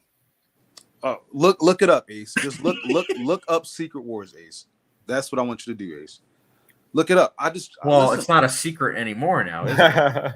I'll have to read it. It's what, from the 80s or something? I'll pull it up right now. Hold on. Can't articulate. It might have been a rumor. It's just it was announced. Can't articulate. It was just announced just now. It still sounds stupid in my opinion. I'm not like I'm gonna say I will give the movie a chance, but I am on the same page as Ace Platts. Like it sounds like Deadpool 3 2.0. It sounds like Spider-Man, what is it? No Way Home 2.0. Like it sounds like they're just throwing a bunch of cameos on the screen so that way people can be like, oh my goodness, I know this guy. And it's we didn't even get that many reactions. Like nobody jumped out of their seat at Deadpool and Wolverine. Yeah, which I was kind of surprised by, because some of the cameos that were there. There was one, honestly, when I saw the one cameo, not spoiling anything, but when I saw the one cameo, I was like, why isn't your husband in this movie as well? Or ex-husband, I should say. Like I was like that I thought would have been like a 3-second jolt of nostalgia, even though I haven't seen the movie. Yeah. So this is the plot. It says. Oh wait. Let me just so we don't get too behind on the comments. eSplit says I also saw Endgame in theaters. It was amazing. Yeah, man. Yeah, Marv, if you had gotten like the experience that like we had of like a packed theater, like I think you would have loved it, because like you always talk about the theater experience and how like you love when there's a lot of people, and like that was that kind of movie, like a packed theater. See, like I like I've said before, and Sergey, I don't know if you've ever heard this one, but I've had something like that 2 other times, actually 3 other times, but they weren't Marvel movies though. Believe it or not, and Chad knows this, but you don't. The 3 best movie-going experiences of my life are as follows. 3, Transformers 3. To this day, that was a night. Me and Will had a night. I don't know if you ever met Will, but we had a night that night. That was awesome.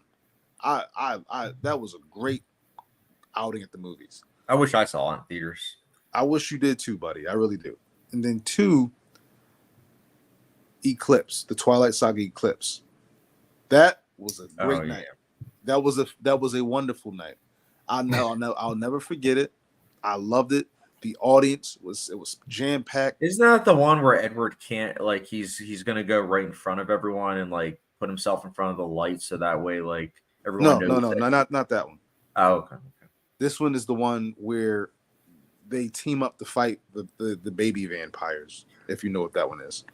So, mind you, for everybody who's watching, I know the Twilight movies have a bad reputation amongst film fans. For good reason.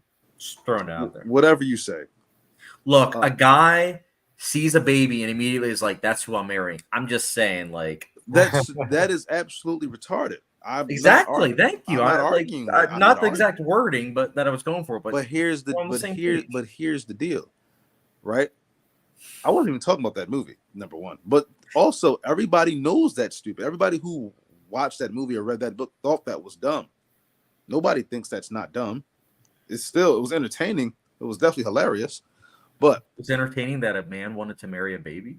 It's hilarious that he actually fell in front of her. Oh, that was hilarious. I laughed out loud. You just laughed right there at the thought of it. So stupid. That's what I'm telling you.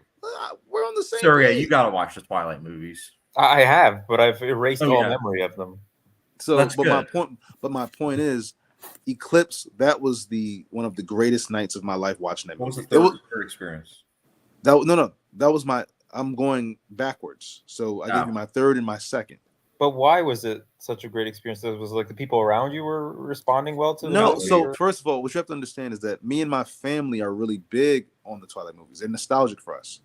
You read the books or something, or no. When those movies came out, I was 16, and they were talking about it was the next Harry Potter.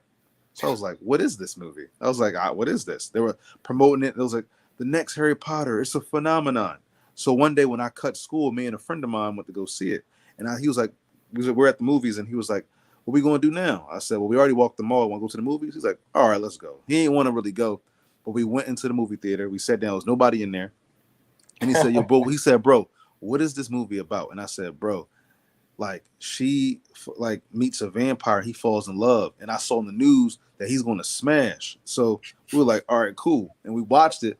And then that scene came up. We were like, "Oh, he afraid to get some yams. He's a nut." So that's how we looked at it. We was like laughing the whole time, but we was into it though. But I would have stayed in school. Nah, not our school. Our school was terrible. At that time, my school was the number one worst school in Philly. No lie. But hey, at least they taught you math. No, they didn't teach math. I actually learned math much earlier, Chadwick. Thank you. I'm kidding. Godzilla says LOL. Ace also Ace Plats without spoiling. I still can't believe what they did in the premiere of season 4, Mr. Robot. Yeah, that talk about moments like memorable ones. I'll never forget the first time I saw that episode because I was surprised too.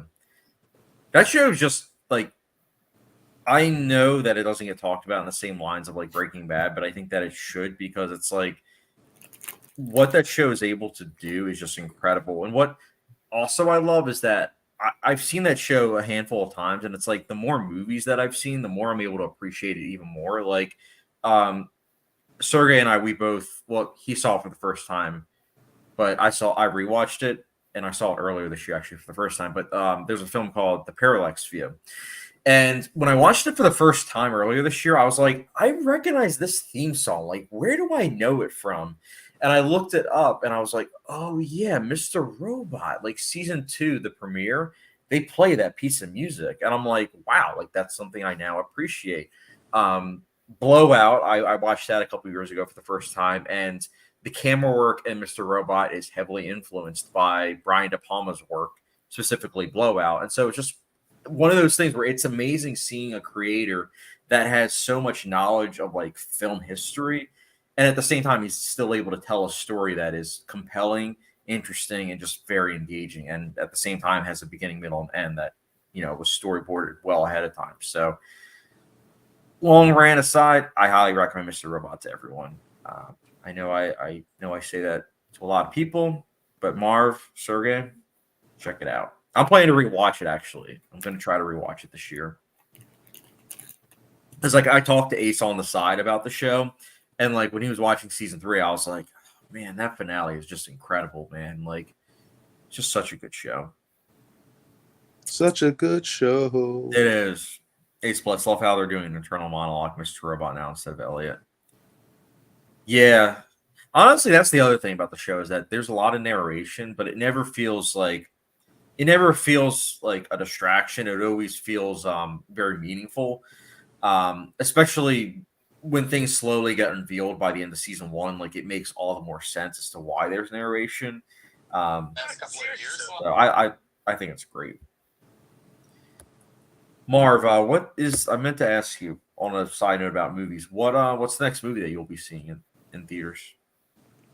I actually don't have any idea, but You'll be seeing Cuckoo? I'll be seeing Cuckoo, but it'll have to be like sometime. Like I'll probably see it on National Cinema Day if they National Cinema Day. They have it every year at the end of August. So It's not going to be in theaters by them. Why not? It's only 2 weeks after it comes out. It's an indie film. It won't be in theaters by them. I doubt it. Want to bet me $5? Bet you $5. No, actually, no. You know what? I'm not going to bet you $5 because you'll be like, Chad, I found a theater, and it'll be like 5 hours away, and I'll be like, okay. That's not how it works. It usually is out of theaters within 3 weeks, not 2. That's how I knew I had For you. an indie movie? Yes. That's how. That's Sergey saw a movie Thursday that is now already out of theaters. And that was in theaters for a week. But the Cuckoo is a wide release. Hmm? Cuckoo is a wide release. Wide release. I mean, yeah, but it's also a neon film. Like they Long Legs is still in theaters. Because it was a huge hit. Cuckoo's not. Nobody thought it was going to be a hit. People think Cuckoo might be another hit. Is it Cuckoo or Cuckoo? Whatever it's called. Now I'm confused. Wait, is it Cuckoo? Because that does sound. I think it's Cuckoo. I think it's Cuckoo. I don't know. Okay. I gotta look it up. I'll look it up. Ooh. I'll look it up right now. Hold on. The one with your wife. Yep. Cuckoo. Ace Blitz. Love how complex and deep their dynamic is. Also, Ace Blitz says Sergey and Marv should watch it. And everyone in the chat, if they haven't already. Mr. Robot. Would you guys watch that show? I watched the first episode, but it's called I never Cuckoo. continued it, so I need to definitely revisit it. Yeah, that's Cuckoo. It's Cuckoo. No, it's spelled the same way as One Flew Over the Cuckoo's Nest. Look. It's not One Flew Over the Cuckoo's Nest. Oh boy, does that not say Cuckoo? It says Cuckoo. Now we're having a reading class. I love that. Yeah, history is next, Chad. It does say Cuckoo. Look at it. It said, hold on, I can't put it on the screen. Everyone in the chat, is it Cuckoo or Cuckoo? Cuckoo would be COO. This is CUCKOO. That's Cuckoo. Wait. Rewind that. What's the spelling of the first one that you said it would be? Let me see. Yeah, Cuckoo. One Flew Over the Cuckoo's Nest is spelled the same way, though. Yeah. So it wouldn't be, and I've never heard even when it won Best Picture, it wasn't One Flew Over the Cuckoo's Nest. It was Cuckoo's Nest. But that's not what this is called. That's how it's spelled. It's Marv. That's the beauty of the English language. Nothing makes sense. Let me see. I'm gonna look this up right now. What you got to do is you got to be like, Siri, say Cuckoo. It's gonna spell it wrong. Alexa. No, Marv. I think you're thinking of cuckold, or yeah. That's a different thing. That's a different thing, though. Hold on. Alexa. That sounds like a Chad type of movie. What is Hunter Schafer's next movie releasing in theaters? The film Mother Mary will be released sometime in 2024, but an exact date hasn't been announced yet. Alexa, what is the theatrical release schedule for movies coming out August 9th, 2024? I know about 7 movies on August 9th, 2024, including Snow White and the Evil Queen, which will be released on August 9th, 2024, The Dark Face, which will be released on August 9th, 2024, Borderlands, which will be released on August 9th, 2024, The Firing Squad, which will be released on August 9th, 2024, and 3 more. What are the 3 more? Alexa. It's a very wide release, Marv. Alexa, what are the 3 more? Sorry, I don't know that. Oh my gosh, Alexa. Alexa, what is the next films releasing from Neon Films? Is that what it's called, right? I don't know that one. Oh, Alexa, you're killing me. Alexa. And Marv has not passed this reading class.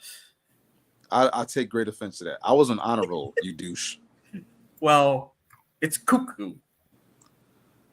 If you said cuckoo to a reading teacher, they would be like, "No, it's not that kind of class, Marv." Andrew Lay, I may see Trap next in theaters. Oh, I'm excited for that, Marv. Oh yeah, Marv, you're seeing that, right? No, I'm not. I said I don't know what I'm saying. You're not going to be seeing the newest M. Night Shyamalan film? I said I'll wait till National Cinema Day. That's the next time I'll be able to go to the movies. Marv, you met M. Night Shyamalan. Now you have to watch I was going to say, fun fact, everyone. He met M. Night Shyamalan. I did. He's very, very kind.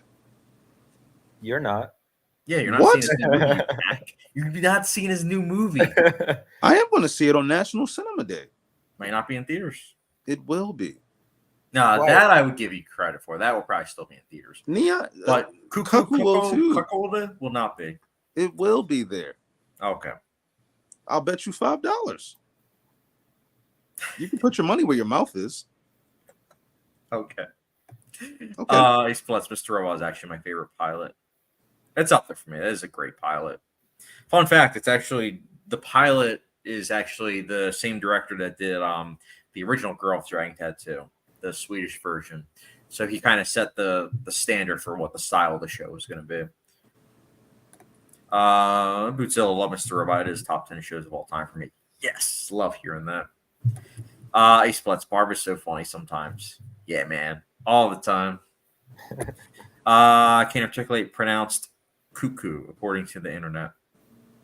See, the internet's always right, Marv. Remember that.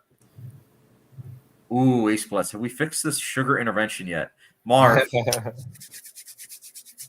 Answer truthfully. I told you earlier I haven't really had too much The sugar. audience didn't hear it, though. I haven't had too much sugar. I've drunk my first sodas today. Soda. Wait, you said sodas just now. Where's the soda? I had, I think, 2 or 3 sodas today.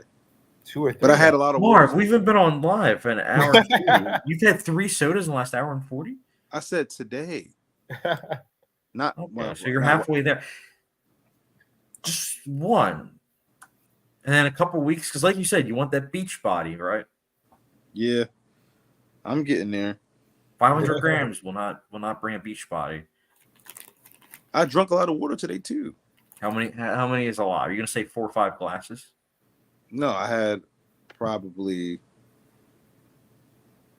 6 or 7. Okay, well, you need to drink at least one more, so you can at least be average. I was close. For your birthday, I'm gonna buy you one of these. That'd be nice. I'll take it. You actually would take it? Pour sodas in there. He just puts an entire Coke bottle. What is he talking about? What is he talking about? Hey, Splits. Marv talking to Lex reminds me of when Dom does. Oh yeah, Dom's a character from Mr. Robot. No, she's a great character. She really is. She's what's it called? Meryl Streep's daughter. Silo's pilot was 10 out of 10. I still need to watch Silo. For a second there, I had flashbacks to Salo because I did Salo. too. Yeah, and I was like, but Silo, I'll respect. I love this. Andrew Lake. Marv pronouncing cuckoo sounds age restricted. To be fair, on my channel, I do have like when it says like, is this video for children? I always say no in case there are people that like, are 18 and older. So it's like, I don't curse my videos or anything, but that way, like if there's something like this where it's like we're saying cuckold, it's like, it's not, potentially offensive to people under 18. I'm really sad. What? Because Jonathan Majors can't be Kang anymore. I mean, we didn't really get to see much of him anyways. And yeah, but I actually got really excited when that character and that actor was announced, and I really got attached to the idea of that and the possibilities of what it could have been like. And he just had to punch a woman in the face. Actually, no, he didn't even punch her. I'm sorry. Let me take that back. He got into some type of weird dispute and ran away. Anyway, It's He got just method acting. He's like, I am Kang. Sorry, I shouldn't joke about that. It was terrible with what happened. yeah. But he's on his way back, just not with Marvel. He could probably go to DC. We forgot all about them boys. Oh yeah, yeah. Has DC announced anything? I don't even know if they have a panel. Oh, I didn't see anything, like, but I mean, if they have some tomorrow, maybe. I mean, at this point, James Gunn's just unveiling like everything. Like, oh, you want to know what this looks like? This looks like. This looks like. By the time the movie comes out, we'll already know everything. Hold up, let me ask you a quick question. So, Do you think his Superman will succeed? of course, You do? yeah. Am I excited for it? No. And I'm a huge Superman fan. I'm a hardcore Superman fan. I'm not So why excited are you not excited? because I feel like. So, hear me out. When I heard Zack Snyder was directing Man of Steel, I was excited because that was a fresh take. James Gunn seems like he just wants to kind of rehash like The Richard Donner? yeah, and it's like, I mean, come on now, like give us something new as opposed to we need to wash out the Zack Snyder's take with the And good old you want days of you Superman. want to know something funny? I actually think that's why it will fail. I mean, I also think that it's as if they don't want the dark tone of Zack Snyder, but they still also haven't learned. Like are putting a lot of superheroes in that one movie, so it's like, what's the difference? Like, what are you guys doing here? But I also think that I think that this is a lesson that has not been learned. That it's something I figured out years and years ago. People don't like Superman, like not as much as they might think. Like his reach isn't that big, and it's even gotten worse with time because it's not like he's been like passed down. Like even like kids don't even like him anymore. I'm not saying they don't. He has his fans and people like. I don't like Superman. Never did. See, you see what I'm saying? I like the Justice League. I've always been a fan of him, but at the same time, like as I've gotten older, I've appreciated the different iterations. Like I know some people are like, oh, he's not about killing, or his whole moral stance of like having a very black and white approach to everything. It's like, okay, when I was younger, I really liked that. But as I got older, seeing Zack Snyder's take, I appreciated that, where it's like, okay, like he has to deal with a little bit more because the world doesn't really fit his moral compass. So you have to sometimes make, some sacrifices and also some, quick decisions. And they might not necessarily be good. They might necessarily be clean, and they're probably messy. But I don't know. I liked that. But at the same time, I also understand why Batman has more appeal, because he's more grounded in reality. Superman is someone that is arguably invincible, and it's like if someone is invincible, it can be kind of boring. But that's why when they have certain people where it's like they have certain items that can actually hurt Superman, that I find interesting. Like with Batman v Superman with like the kryptonite, something that kind of levels the playing field. Also, comment section, Ace Plutz, what is the most soda Marv has consumed in one sitting? Marv, take it away. I don't even know if I can answer that question. I mean, I've drunk a lot of soda, if that's what you mean. I've drunk a whole bottle of ginger ale before. In one day? Yeah, because what I used to do when we had the pandemic, I would order like a large pizza and I would eat it to myself, and then I would drink the soda right afterwards to wash it down. You ate a whole pizza and then you would have whole ginger ale? Yeah. I've had a 2-liter bottle of soda before, though, in one sitting. Yeah. I mean, even in my major obesity stage, like when I was a teenager, even then I couldn't finish a 2-liter bottle. Yeah. When I was like 13 and I think I was like 5 foot, but I was like the weight that I am now, like 200. Even then, like it was like one of those things where I couldn't finish a 2-liter bottle. I think I would have like a 1 liter, and then a pie. I think the most I was able to eat was like half. No, I can eat a whole pizza right now. Like a large? Mm-hmm. I used to get the 18-inch. Oh dang. Yeah, no, I could medium or small, like maybe potentially like if I had to pull like the whale, but like I try not to. Like I try for example, have you ever been to Little Caesars? No, that's so that's when I have my once a year, like, birthday binge eating of like food I'm not supposed to eat. I am thinking about trying Little Caesars. Mm. 'Cause I would So see that pizza. Little Caesars, whenever I was walking home from school or walking home from work, I'd go in there, get me a fresh pepperoni, and I'd eat it on the way home, the whole pizza, Whole pie. the whole pie. I'd just take slices out and just eat it on the way home. By the time I got home, the box would be empty. Marv, when was the last time you were at the doctor's? The last time I was at the doctor's was probably 8 years ago. The next time you come over, Nicolette has like, blood pressure things and everything, like pulse ox. Like, we're gonna get this all checked out. Well, I've gotten my pressure taken. I've been to give blood, remember? So they've taken my pressure. My pressure is good. I can't give blood if I have a high pressure. No, okay. That's fair.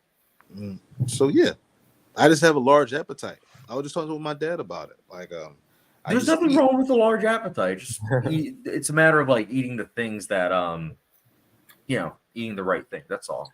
I know. Or having cheat days. Like if you like, for me, my whole thing is I'll do like 5 days on, 2 days off. So Friday, Saturday are usually my 2 days off. So like, for example, yesterday I had what's it called? I had red meat. I don't eat red meat during the week, but I had red meat yesterday. And my usually my, it's gonna sound super specific, but usually I'll have like, in terms of sodium, I'll have like 300, 400 milligrams or lower. But then during the weekend, I'm like, okay, if something has 600, 700 milligrams, which is really high, I'll let it slide because it's the weekend. It's only for a day or two. So, but that's also because I'm strict, because you know me, I have like all these like allergies and everything. But You're gonna be one heck of a dad. well, yeah, well, man, look, it's all about balance. Like, I know I can't be like to my kids, like, you gotta be super, super healthy, because then they're gonna, flip, No. and they're gonna want to just not want nothing but Mickey D's. Uncle Marv, they'll go over your house, and next thing I know, they'll have like like, I had a whole pie. Marv let your Uncle I actually wouldn't do that because my niece. I mean, well, I let my niece eat whatever she wants, but her mom Good point. hates that. Like her mom is like, she can only have one burger. She can only have this. She's like, she doesn't like. She's always trying to like manage what she eats, and I'm like, I'm not listening to her. Eat whatever you want. Go have at it, kid. But I wouldn't do that to you because you're actually doing it for I'd say a good reason. Like, I don't want her to just eat like 1,000 bags of M&Ms and a bunch of. I'm saying I wouldn't let her eat that. Well, I'll also say this, Marv, like, between the three of us and whoever's in the group chat and whoever's going to do replaying, I also just know I don't have the best genes. Like, I have an autoimmune disease. So it's one of those things where it's like, I know that odds are that's probably going to get spread on to my children. So it's one of those things where I'm like, that's something that you don't usually pick up on until like you're going through puberty. So like teenage years. So it's like, what is that, by the way? So I have psoriasis. Basically, it means that I know you have psoriasis, but what's autoimmune disease? it's an autoimmune disease. Okay. So basically, you know how, I'm trying to think. You know how like if you have like a pimple and it's like you scratch at it and then it's gone. Mm-hmm.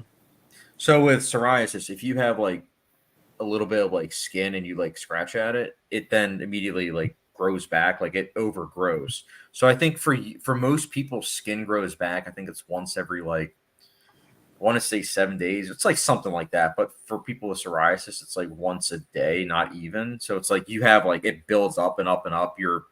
It's literally your body attacking your autoimmune system. So a lot of times things such as fried food or trying to think of some other things, foods that are the shade family, like eggplant, tomatoes, stuff like that can kind of trigger it. Too much caffeine.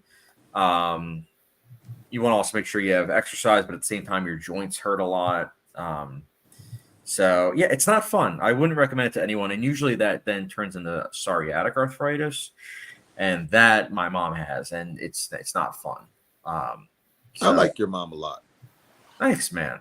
But I'm trying not to get that. Like, I know it's one of those things where it's genetics, but that's why I'm the health nut that I am, because, I guess I see the future and I don't want that. So. Oh, well, I'm sorry, buddy.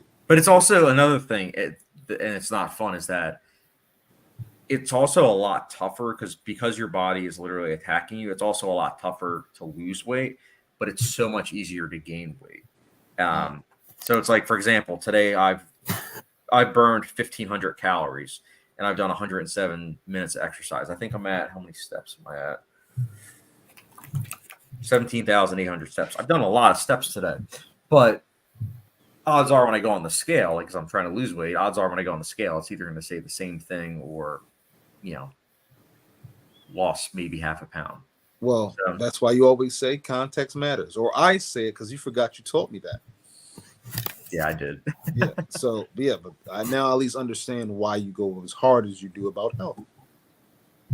Yeah, man. I mean, it's one of those things where it's kind of a blessing in disguise because I'm so restricted with a lot of stuff. It's like, but you're restricted because you have to be. Yeah, and so I mean, it's debatable though, because there will be some people where they would have the same thing, but they would still want to do whatever, and they would just have the consequences, and it's like, it is what it is. But for me, I try to balance that out, where it's like, if I'm going to have, for example, the next time I'm going to have something fried would potentially be when we do Airbnb weekend. Like, I might splurge and actually have fries, even though at the same time I'll probably feel conflicted because I'll be like, yeah, but in a day or two, my joints will be flared up. And my body just will not react that well to it. So just don't have the fries.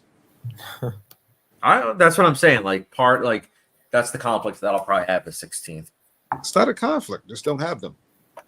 No, I mean, that's why I'm not I haven't had them in a while. This fried food just really messes with me. That's why I try to always cook my food. I can't cook. I was actually talking to this girl earlier, and I was telling her. You were just cooking spaghetti. I didn't cook that. My dad made that. Oh. Shout out to Papa Yola. So she asked me, could I cook? And I said, no, I can't cook. I said, I could hook a bowl of cereal up though. She said that we can, she can teach me, and we're going to make some baked ziti. So that should be fun. Yeah. Okay. There we go. There's some nutrients in that. I mean, that wasn't about nutrients. That's just a cooking date. I know. That's what I'm excited about. I'm excited. Wait, let's look at some of the comments. Film Kid says, "Hey, what's up, Film Kid?" Ace Plet says, "Don't know if this is true, but heard apparently there's rumors of Jensen Ackles being Batman." I think I saw that too. Interesting. Her comic Superman was way better. I read some of the Superman comics. Ironically, the TV show that came out, I think it was the 50s. Ironically, that is kind of close to the comics, but I don't know. I like seeing the different renditions. I am not one of those individuals that read comics and was like, it has to be verbatim. I'm one of those individuals that's like, get a director that will create their own vision, do their own thing. I know it's going to create division, but division creates discussion. Discussion creates word of mouth, and that's something that I don't know. I like. What can I say? That's why I did like that Zack Snyder was kind of the head of DCU, because it's like, even if the films were divisive, it got people talking. Can't articulate. I'm with Marv. I ate a whole large pizza when I was quarantined in a hotel. Facts. I mean, quarantine was a different beast entirely, because I ate 18 inches a day. You ate 18 inches a day? I had one for breakfast and one for dinner. Holy cow. I would get ground beef with green peppers and I think sweet peppers. And then I would get that. I'd get my mango smoothie and a 2-liter ginger ale. And I'd have some of the smoothie and I'd drink the whole ginger ale. Marv, how is your blood pressure normal? I don't know, but it is. I have a very high metabolism. I have a high metabolism. I don't know about you. Yeah, Sergey, you do. Because you do. Have you ever? Could you hold up, Sergey? Could you eat a whole cheesesteak in one sitting? Of course. Okay, wait, cool. Cheesesteak, or did you say cheesecake? Cheesesteak. Oh, okay, cheesesteak. Like some people, they get their platter and they eat some of the fries, half the cheesesteak, put the rest for later. I eat the whole thing right there. Well, I usually like when I go down the shore, they don't really have that many like places down the shore. So like if I get Wawa, I'll get like a steak sandwich. But what I'll do is I'll get the instead of like the 6, I'll get I think it's like the 9, and then what I'll do is I'll split it in half, and I'll do like half for lunch and then like half for dinner. So then that way I have something for both. Actually, could you do me a favor really fast? What's up? Could you Get tell you a me what steak. is the address of the place? You mean on the live stream? No. I'll send it. Everyone's showing up. It's in the chat. I'll put it to you off to the side. Because then we're gonna have all of my subscribers there. And then I'll be like, guys, there's only a limited amount of people that can be in this place. Hold up. Can you tell me what it's close to at least? New Jersey. Oh, gosh. To the beach. Marv, you're not gonna have to worry. I'm driving. You don't have to worry. I'm talking for the way back. I was trying to look at my lift. Oh, well, don't worry. It's not until I will say that is the one thing that, in terms of like the weekly live streams, I guess we won't be able to live stream probably that weekend. Live stream on the beach. I'm just going to type In the water. I'm going to type in the Trump Hotel. How about that? The Trump Hotel. Trump Hotel. Yeah, we're not going to the Trump Hotel. We'll probably get shot. I'm not saying. I'm saying I need a point of reference so that way I can see how much the lift would cost. The lift would be exactly $10. Okay, Showboat Hotel. Angela, U.S. portions scare me. Also, I thought soda was tonic water until I remembered it's American for soft drinks, and now I'm concerned for Marv. Kiwis call them fizzies. See, this is what I love about how my channel is like 50% international audiences. They have perspective. Like Marv, our portions, he is right. Our portions are insane. Yeah. That's why you hear about people cutting in half, because that is technically half of what you're supposed to eat. That's why if you notice, like when you order out, like if you actually eat the whole meal, your stomach's extended because it's way too many calories than what your body is supposed to have in one sitting. So I agree with Andrew on this. And also, this is the other thing. When it comes to the American diet, it makes it even harder being someone like myself that's kind of vegan. Not quite there, but it's like I have so many allergies, so it's like I can't be on the American diet of like cheesesteaks, cheesy fries, pizza. It's like Oh no! Oh God, Jesus! What? No, okay, I'm good. Do you have a heart attack? You good? I'm fine. Oh, what happened? I just I thought I broke the charger. Oh, okay. Also, Ace Plus, I usually only cook, don't like fast food. It usually makes me sick. Yeah, same here. Except Chipotle. Chipotle, I'll say, is like the exception. But that's because, sodium aside, because that's just a given that if you eat out, you're going to have an excessive amount of sodium, at least in America. But sodium aside, you have beans, you have brown rice, you have so many different kinds of meats, lettuce, tomatoes, guacamole. So it's like they do have healthy options there. Can't go wrong with Taco Bell either. Taco Bell, yeah, you can also same thing with Taco Bell, and I know that's like a cheaper option. Oh my goodness, Ace Palettes. Yeah, eating one pizza a day alone is crazy, but 2 is wild. See, Marv? I don't cook. You just cooked 2 pizzas, bro. Huh? I didn't cook those. I would go to the store and get them. I ordered them. I had all the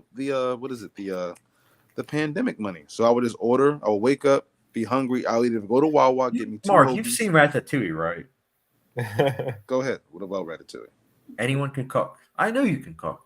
He doesn't have any hair. I don't have any hair. Is he pulling at his beard or something? Let me see. One way. Ace Plus, Mark Casual just asking for an address on a live stream. Sorry, guys. Ace Plus, I'm from the UK. I love that. Yeah, my audience, like, I love seeing it, like, on the numbers, because it's like, half my audience isn't from the US. Which I've noticed is interesting because it's like they're a lot more open-minded and actually understanding of what I say. Like I'll never forget. There was one comment I saw recently, and I forget which state they were from, but they said they were like, "Wait a minute, did you say Nightmare Alley? You rewatched it and you knew you were gonna love it because it was an Oscar nominee?" And I was like, "No, I said that I was gonna watch it again because my wife and I have every year we watch them together, the ones that she hasn't seen." He's like, "Oh, okay, that makes sense." I'm like thinking in my mind, I'm like, "Yeah, mate, do I have to put like something like what do I have to do? Like put that on a board as well?" What I'm saying, like, I thought it was pretty clear. And then someone else was like, "Oh, Pacific Rim?" Question mark, and I'm like, "Yeah, I don't own Pacific Rim, so no, it didn't make the list." Pacific Rim. Ooh. Great job. Can't articulate math. So MCU equals dot. Yeah, we really cover. I love that how many topics we covered. Honestly, A Splits Ratatouille is great. Agreed. I don't get why people get so mad about opinions. I respect everyone's, even if I disagree. What Ace says, I like that. I agree with it. Because at the end of the day, and I know I'm a broken record, Sergey and Marv both have heard me say this a billion times. At the end of the day, if we all had the same opinion, life would be dull. Like if Marv was like, "Oh my goodness, The Girl with Dragon Tattoo 2, it's top 25 films of all time. I love it. It's a masterpiece." And same You thing with would Sergey. love that. My point is, if we were all just an echo chamber saying the same things, it'd be like, okay, like there wouldn't really be anything to add to it, any like perspective. It's like, or the mindset of, oh, you have a different opinion than me, so I'm not gonna hang out with you. It's like this, like I've heard that too, and it's like really, like that's why, just because someone like doesn't like the same thing as you. I don't know. I mean, it's always weird, but I just feel like me and a girl I was talking to today. Oh, another one. This is just my friend. I do have a crush on her though, but I don't know. We'll What's see. her name and address? I don't know her. I don't know her address. Phone number will do. Phone number we'll put in chat. Oh gosh. But well, she just said that people just don't have empathy. That they don't have empathy, and I think people respecting other people's opinions is a sign of lacking empathy, because you think that if somebody doesn't agree with you or share your beliefs or viewpoints, that they are other than or lesser than. So I just think that people just need to learn to respect people more, and that's why I don't come out the house. Just so everybody knows, I don't come out the house anymore because people are just douchey, and I'm just better in here with my movies and my shows and my Xbox. If that makes any sense. What you playing now? I'm not playing anything right now, but That's weird. all I play is Madden. If I'm being honest, that's all I play. I don't know why I blanked out. I play it every day.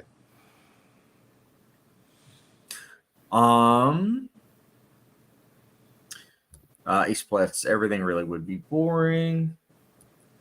Because you would never be able to debate anything because you all have the same perspective and mindset. This.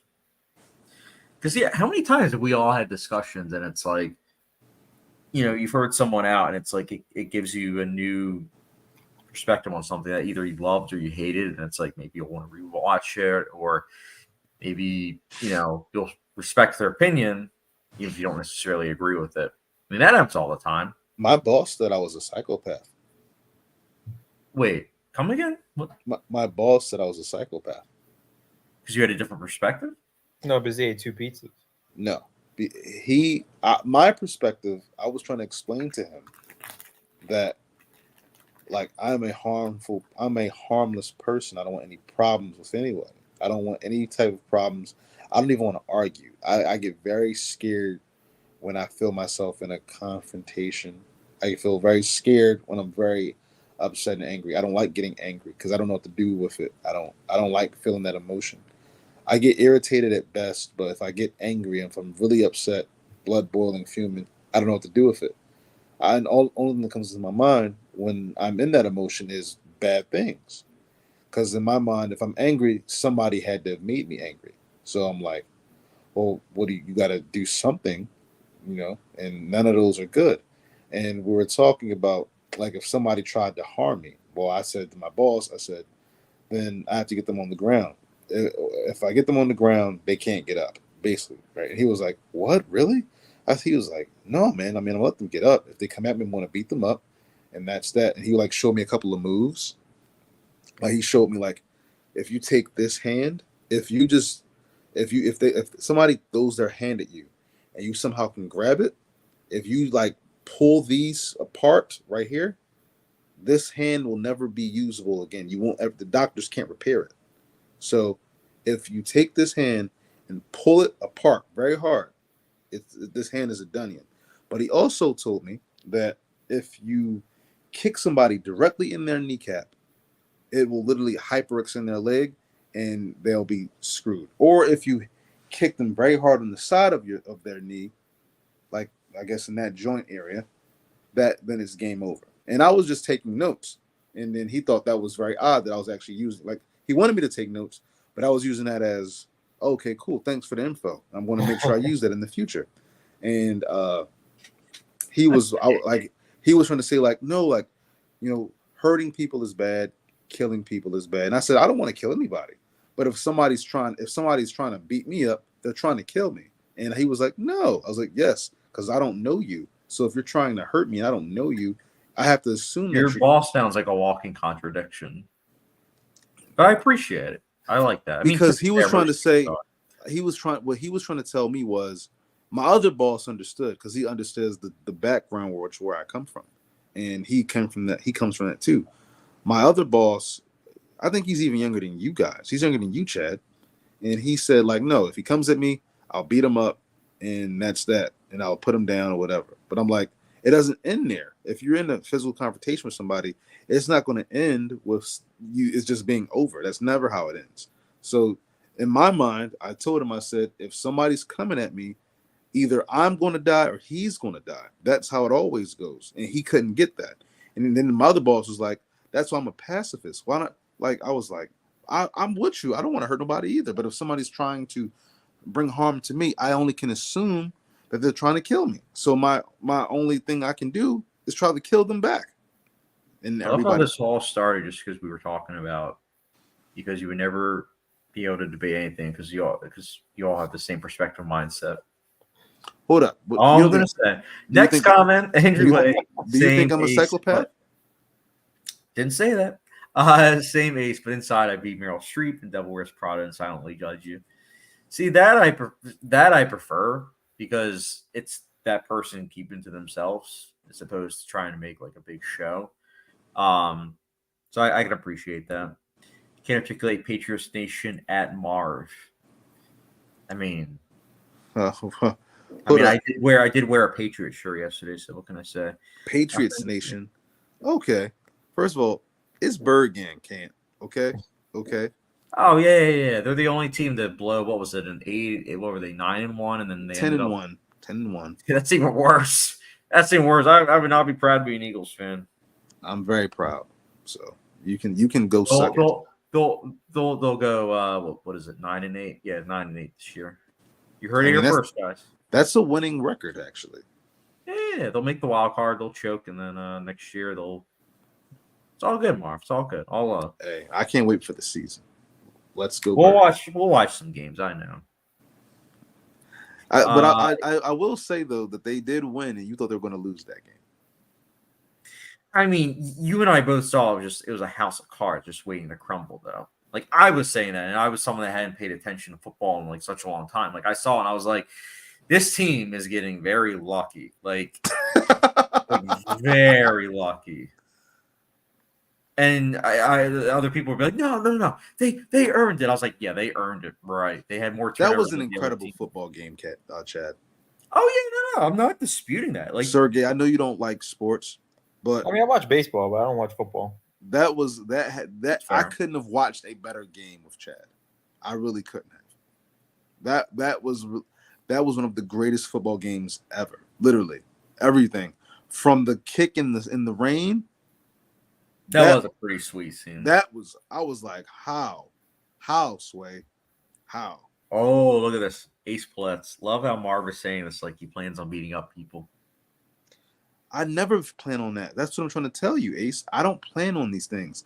Here, for example, we're a movie chat. I'll bring up a good movie for you. All right, Chad. Do you remember not Wild, War Dogs? That's the one with Jonah Hill, right? Yes. They're selling weapons. That one. Yes. Ace, let me know if you saw War Dogs, directed by Todd Phillips. You're not And missing much, but I remember that movie. it's a really good movie, Ace. Chad Alright, just hates alright. everything. Okay. But so I agree with Sergey. It's all right. I So liked it better when it was Lords of War or Lord of War. that's a fair that's fair. That's fair. I won't lie to I you. still need to watch that movie. I've been wanting to check That's it out. fair, Sergey. I'll give you that one. But where was I at? Oh yeah, so War Dogs. Todd Bradley- Phillips really does love remaking things, doesn't he? Shut up. I hate you. You like Hangover 2 remaking Hangover, Joker remaking King of Comedy, and You done? War Dogs remaking Lords of War. Are you would Joker- done? Well, Joker 2 Lord of would be War, but there's a sequel coming out, Lords of War. Joker There 2 is. will be a remake of La La Land. Are you done, dude? I'm trying to tell you what I have to tell you. Anyway, but so listen, Ace. All right, check it. So in the line, Bradley Cooper has he has a line in the movie, and I don't want to spoil anything, but he just says to Miles Teller's character, he says, "I'm not a bad man, but sometimes I have to ask myself, well, what would a bad man do?" I literally live by that. I live by that. All right. So that's all it is. I don't want to beat up anybody. I don't want to argue with anybody. I don't want no problems with anybody. I'm scared of any argument. If Chad started arguing with me right now, I'd be terrified. I don't want no problems with him. I don't want no problems with anybody. But if somebody like puts me in a position where I feel like my hand is being forced, where I feel like how do you say it? If I just feel like you make it so I only can do that, like it's more like either you're gonna do it or you're just gonna die, then I just have to do it. I don't want to do it. I'd rather just stay in the house and never talk to anybody than hurt anybody. But that's just me. Said I'm bringing knee pads to Airbnb week. Why? Marv's gonna be bringing the boxing gloves. Guys, I really don't want to do any violence. But do you Can't not help it. do you understand my POV? I don't want to hurt nobody. Is that lost on you? Ah, Marv, bro. We've never had any physical altercation. No, we have not. You wouldn't have one anyway. But What about Joker too? hold up, Ace. I want you to get back to me about that. Let me know if that comment, if you resonate with that, or what's your thoughts on it. I love to hear your thoughts, buddy. Let me see. Yeah, we have some other comments. Can articulate 500 grams of sugar and 2 pizzas. Enough said. Sorry, CA. Oh, I'll have you know, Marv. I texted Jeff. I was like, "Yo, Jeff." I was like, "One of my friends has 500 grams of sugar a day." He's like, "That's Marv, isn't it?" I was like, "Yeah." He's like, "Yeah." And he's like, "Please tell him to eat a lot less sugar." And I was like, "I will." I did a lot this week.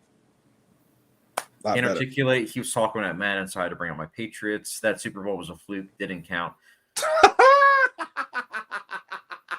That was a great Super Bowl. First of all, you lost, okay? Your defense was trash. You could not stop anything. Nick Foles is a backup, and he torched your defense. Let's talk about that, CA. Let's talk about another season of pure... Never mind. It was a good game. It was a good Super Bowl. Be quiet, Chad. You're a Packers fan. Leave me alone. I'm not any fan. I watch. The Sergey, quarterback's really good. Don't let this man lie to you. He is a Packers fan. He's a retired Packers fan. I used to be a Packers fan. Exactly. So what is he lying about? I'm not. So here's the thing. If my wife wants to watch the Eagles games, I'll watch it. Or if you want to watch them, I'll watch it.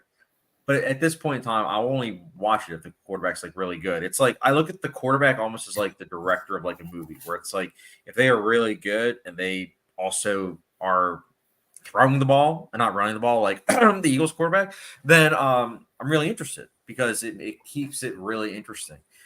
Like running the ball for 2 yards is not interesting to me. This is where you really get under. You really grind my gears with this comment because it's just ignorance. It's all ignorance. Number one, you're not watching. Yes, you're watching for the quarterback, but the quarterback is not the conductor. That's the coach. The quarterback is not the director. He is the star of the movie. The director of the movie is the coach. Number one. Okay.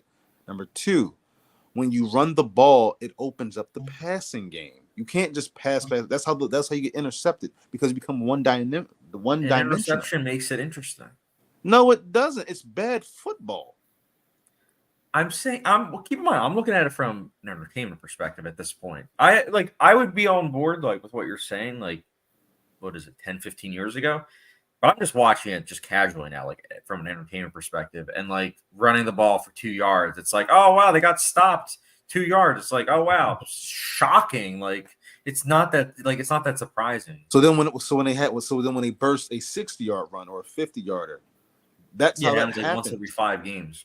That doesn't. You don't watch. You're saying things that are not even true. What Dude, you I just watched said is not true. most of the Eagles game season last year. How? A lot of running. Yeah, a lot of passing too. A lot of running. There was a lot of passing too. Stop that. You don't even know what you're talking about. I fact check me, but I'm sure Jalen Hurts scored more running yards than He did not. Now I know I got you. I can't even talk to you because you're just unable to talk to Sergey. You're the one with some sense. He just said that Jalen Hurts had more rushing yards than passing yards. Jalen Hurts had 3,800 passing yards, 600 rushing yards. How does that make sense? I don't know. You wouldn't think. I'm not asking you. I'm asking this man. I have no idea.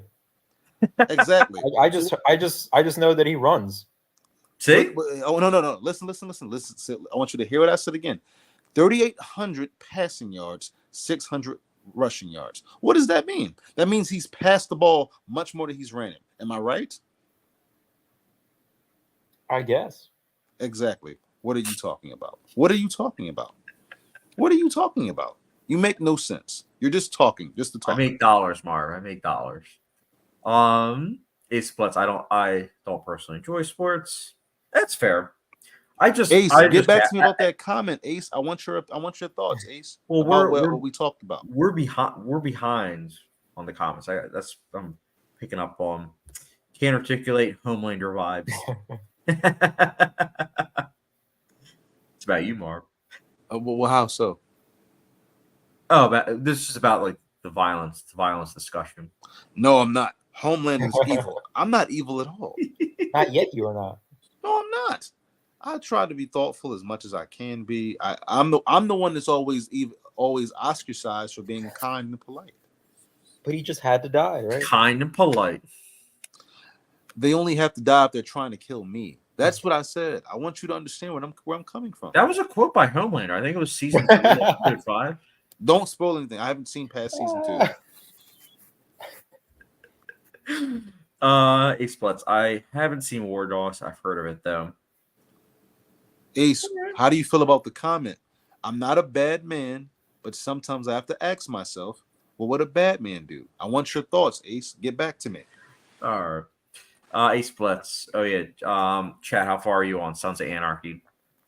So I made sure, Tony should ask, I made sure to watch the season 3 finale today. So I'm technically on season 4, episode 1. And I'm not going to lie. I'm just continuing because you've said that season 4 and season 7 are great. Because, dude, season 3, like that finale, like the way, not spoiling anything, but the way they treated like those two characters knowing about Jax's dad, like with what they did to him, and like, oh, Jax knows, like it wasn't a secret. Like that was something I figured out 2 episodes into the show. Like I'm like, it's not that, like, really, like it was something that I thought was figured out by the midway point of season 1. I would go so far as to say with like Jax kind of figuring it out, but I'm like, really? I don't know. Just some of the twists and turns of season 3, like the finale, I was just kind of like, whatever. And I looked on IMDb, and that's like the highest rated episode of the show. So I'm kind of scared to watch the rest of the show. But I don't know, man. Like I really, in terms of like the characters, they really grind my gears. And also I'm kind of surprised. Like I've heard the show kills off a lot of characters, but I'm really not getting that. It seems like it's the same schlock like every episode, pretty much. Like Jax is in trouble. Gets the boys together. They have to figure it out. They have to do it for the family. If you cross the family, you're gonna possibly die. And it's like, I don't know, like it's just not that interesting. Also, just a side note, a personal thing for me, I can't stand the soundtrack. I really can't stand the soundtrack. Anytime they try to have an emotional moment, they have like these country songs where it's like, I got a nice 10-gallon hat. And I'm like, this is supposed to be a dramatic scene. You're playing like this country song. Like, reminded me of like Civil War earlier this year, where there's like these moments that are supposed to be dramatic, but they're playing like these country songs. And I'm like, you're just really taking me out of this, bro. Like, I'm just thinking I'm at Cracker Barrel now instead of like this dramatic moment. And also, That movie not a fan- sucks. whatever. What, That Civil movie War? sucks. Civil War War? sucks. I felt mixed about it. I Chad, liked it. you said it sucked. I I liked didn't it. say that. I Yes, said I you felt did. mixed about it. You said, Marv, you're going to hate it. Another thing, and this is just again a personal thing for me, is that Sons of Anarchy, it's shot on like early digital cameras. Actually, no, video, I believe. And it doesn't look that good. And I think that you guys know me, like cinematography and music are two really important things for me. So it's like, if I'm not enjoying the themes and just the black and white nature of the characters and the story, and then I don't have any backup with like the score at least or the cinematography, then it's like it's kind of a losing battle so far. So like I gave the season overall like a 6 out of 10, which is very generous. It's very okay.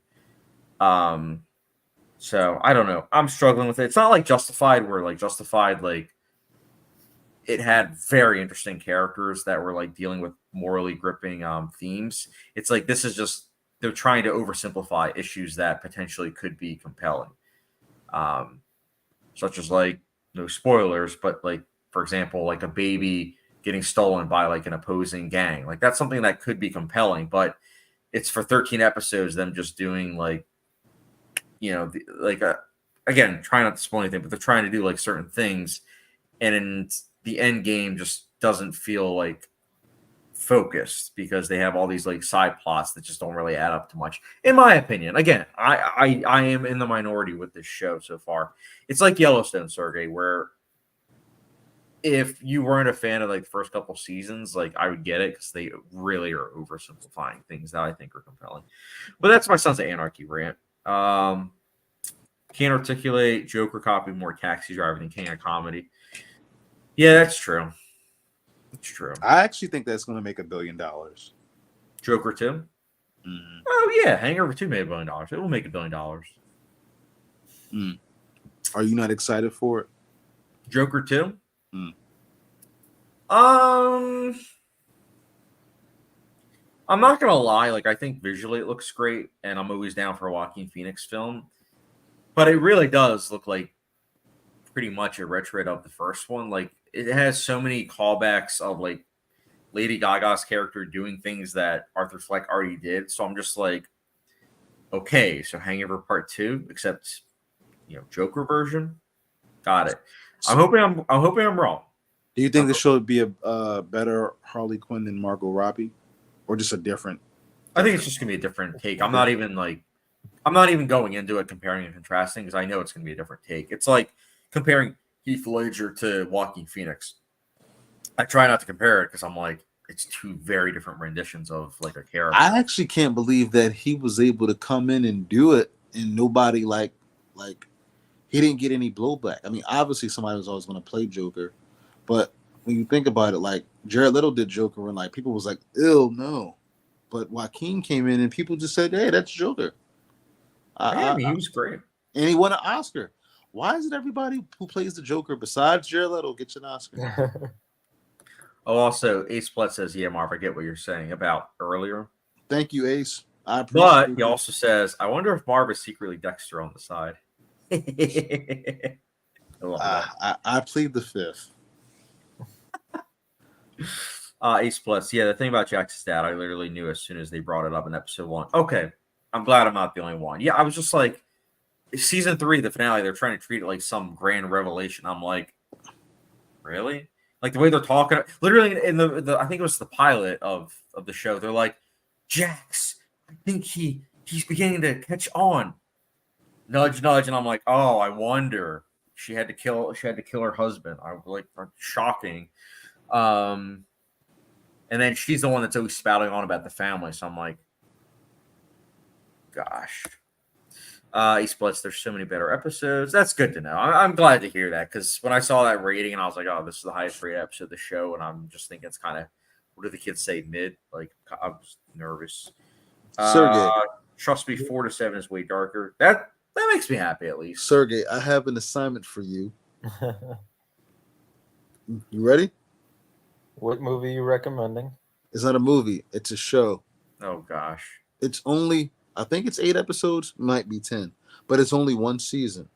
Okay. Are you down? Sure. It's called, don't laugh. It's called I Know What You Did Last Summer. Like the movie. Like the movie. Is it exactly like the movie? No, it's not. Sergey is not good. That is the worst recommendation, Marv. I'm sorry that he's not going to like it. Huh? He barely, for crying out loud, he hates Halloween. You think he's going to like what you did last? I Know What You Did Last Summer. I'm not saying he's going to. I do enjoy the movie. I'm not saying he's going to like it, but I would love to hear his thoughts. And I know I can't ask you to watch it because he won't watch it. Or if you'll say you'll watch it, but you'll watch it like 4 years down the line. Marv, have you seen my list of TV shows I have to watch? That's what I just said. That's why I didn't ask you. But it's only 10 episodes or 8 episodes, right? I ate it in one day and I loved it.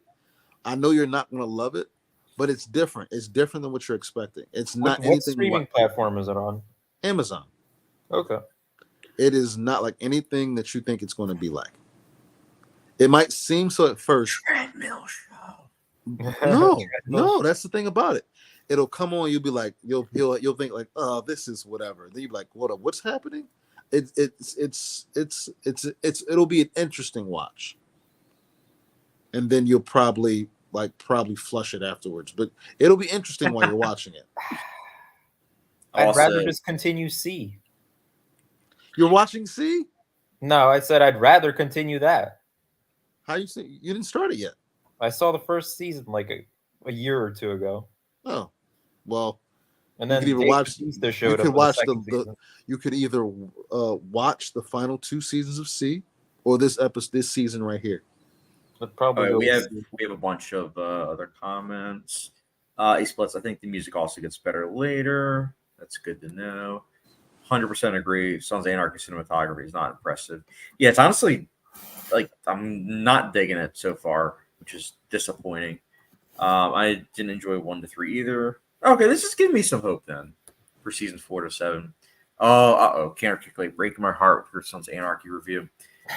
Hey, I'm still continuing it though. Sergey and Marv know this. I am completely fine with a show talking about family consistently. I get that. But it's like weaponizing it to just implement violence on others is something that it works in something like The Sopranos, but something like Sons of Anarchy, it just feels like a flimsy way to garner wars between separate gangs. And it's just like, I don't know. Writing wise, I'm just not feeling it. I'm just not. But at the same time, I see why Taylor Sheridan was a part of the show, and I see why he was like, oh, you know what? I'm going to do this, but instead Western style it, because it's like audiences dig this stuff. Ace Platt says, season 3 is so dragged out, easily the worst season. Even big Sons of Anarchy fanboys don't like it. Dude, I struggled. That was just like, not going to lie, it was kind of a treadmill show. Ace Blitz, I also think Sons of Anarchy is very inconsistent. There's some plot holes. Yeah, I usually don't throw around the term plot holes, but I would say that, yeah, it feels very like, I forget the character's name, but the one character that was like a mole the one season, but then now he's like beloved by the gang. And I'm like, I thought family, like I was just surprised he didn't get killed, but whatever. Ace Blitz is definitely overrated. Sergey, this is for you. What is Sergey's favorite TV show? Probably Breaking Bad, and of course choice. Game of Thrones. Marv, what about you? I'll give it to Game of Thrones. Cool. It's fair. And then I think we're almost caught up with comments. Ace Pletz, if you don't like the rest of the show, you should like the finale. It's considered one of the best in TV. That's good to know. Yeah, I see on IMDb, I see that the other 4 seasons are like really good ratings. I don't know. What kind of got me scared is that when I looked online, I saw some people say like season 2 was the best, where that season 1 was like the 3rd best, something like that. And I was just like, oh, yikes. It's like Yellowstone. When I looked up the rankings for Yellowstone, and I saw like I think it was season 2 or 3 was considered the best, and I was like, if that's what it has to offer in terms of the best, then I'm kind of worried. Ace Split's foul answer for Breaking Bad and Game of Thrones. Yeah. Ace Split's Opie was the writer you're talking about, by the way. Yeah, it was just weird that all of a sudden he was just like, it was acceptable that he was ratting. And it's like, I don't know. Considering their reactions to everyone else that was ratting, it was just like, really? I don't know. Like I said, I'm not loving the show, but I'm rewatching, I should say, Veep. And I have to say, it's kind of perfect that I'm rewatching. I just finished season 5 with my wife, and in that season, without spoiling anything, she becomes president because the one that was president had to step down, so she replaced him. I'm like, that's literally happening right now. I was like, that's so wild. Like, it's crazy how like a comedy show was in some ways like, you know, having this outrageous scenario, but now it's like it's not so outrageous. It's just like part of the news. So I love that show though. It's so good. Andrew Lay, Sergey literally wears a Game of Thrones shirt, but says Breaking Bad first. I need to find a Breaking Bad shirt. Oh, dude, I have one. It's so cool. It's like it has all these different like The periodic table. Yeah, it's like a picture of Walter White, but then it has all the things that he does in it. So it shows like I think it's him with like, you know, chemicals, but then it also shows like, without spoiling the show, certain things that happen in like future episodes. Yeah, I need to head over to T Public and see what they got. Oh, I'm sure they have great stuff, honestly, for that show. Ace Splits. I think it's because he's known Jackson's child. I don't remember the full context. It's been a while since I've watched. Keep it that way. No, I'm kidding. Ace Splits. Heard Deep is great. Is it all just comedy though? Because I prefer more dramatic stuff. So Sergey and Marv know this about me, but my thoughts with comedy shows is that we talked about Family Guy earlier, and that's something that I enjoy, but it's like I'm very inconsistent with watching it because it doesn't have story beats throughout the season. Veep is different, though. Veep has it where it's like it's trying to make you laugh episode by episode, yes, but there is a lot of forward story momentum, and that's something that I really appreciate about the show. Like, you see a lot of character development through their actions. It does have some dramatic stuff for sure, but it is first and foremost a comedy. But it does feel very unique. It does have, in terms of cinematography, it does have like that Office approach, but I think, in my opinion, makes better use of it. Though I've only seen a couple episodes of The Office, so take that for a grain of salt. This is for you, Sergey. Ace Splits, Sergey, thoughts on Better Call Saul? Oh, I actually think it's a really great show. Not a lot of people are talking about it because it kind of came and went, but obviously different from what's it called? Breaking Bad, very different. But I really like legal dramas, so I really enjoyed it actually. It's a fascinating character to study, and it gets better with each season. I feel like the first season kind of didn't grab me immediately, but something that definitely improved. And the stakes rose with like each season too. I agree with you. Yeah, I would say season 5 and 6 like got pretty close to Breaking Bad. Specifically that final season, like that, there was a lot of tension. Did not like the El Camino movie though. Yeah. Ace Splits might have to check out Veep eventually. Sounds interesting. Yeah, I think it's great. Veep also is the rare show where each season gets better. There's a character that is there's a lot of stand-in characters for political figures, but there's one character that you don't realize is a stand-in for Donald Trump until like season 6 or 7, and you're like, oh my goodness, like it's one of those things where when you look back at the show, it's like I should have seen that from day one, like episode 1 of the show, but not going to spoil who that character is, but he is one of, if not my favorite characters. And I'm not saying that like I do not like Donald Trump, but I will say the character that's a stand-in, I think that he is hilarious. Just so funny. So yeah, I would highly recommend Veep. It's my favorite comedy show personally. It's right up my alley. Like, Curb Your Enthusiasm? I haven't seen Curb Your Enthusiasm because I see them out of seasons, but I do want to watch it though because I think it's like 15 seasons, but it's like 10 episodes a piece. So I should check it out. Did you see it? I haven't like kept up with it, but I really liked it. Ace Blood season 6 was a masterpiece in my opinion. For Better Call Saul, yeah, it was great. Ace Blood, I don't like El Camino either. I like the idea of leaving Jesse up to interpretation. They should have just left it how it was in the Breaking Bad finale. I agree.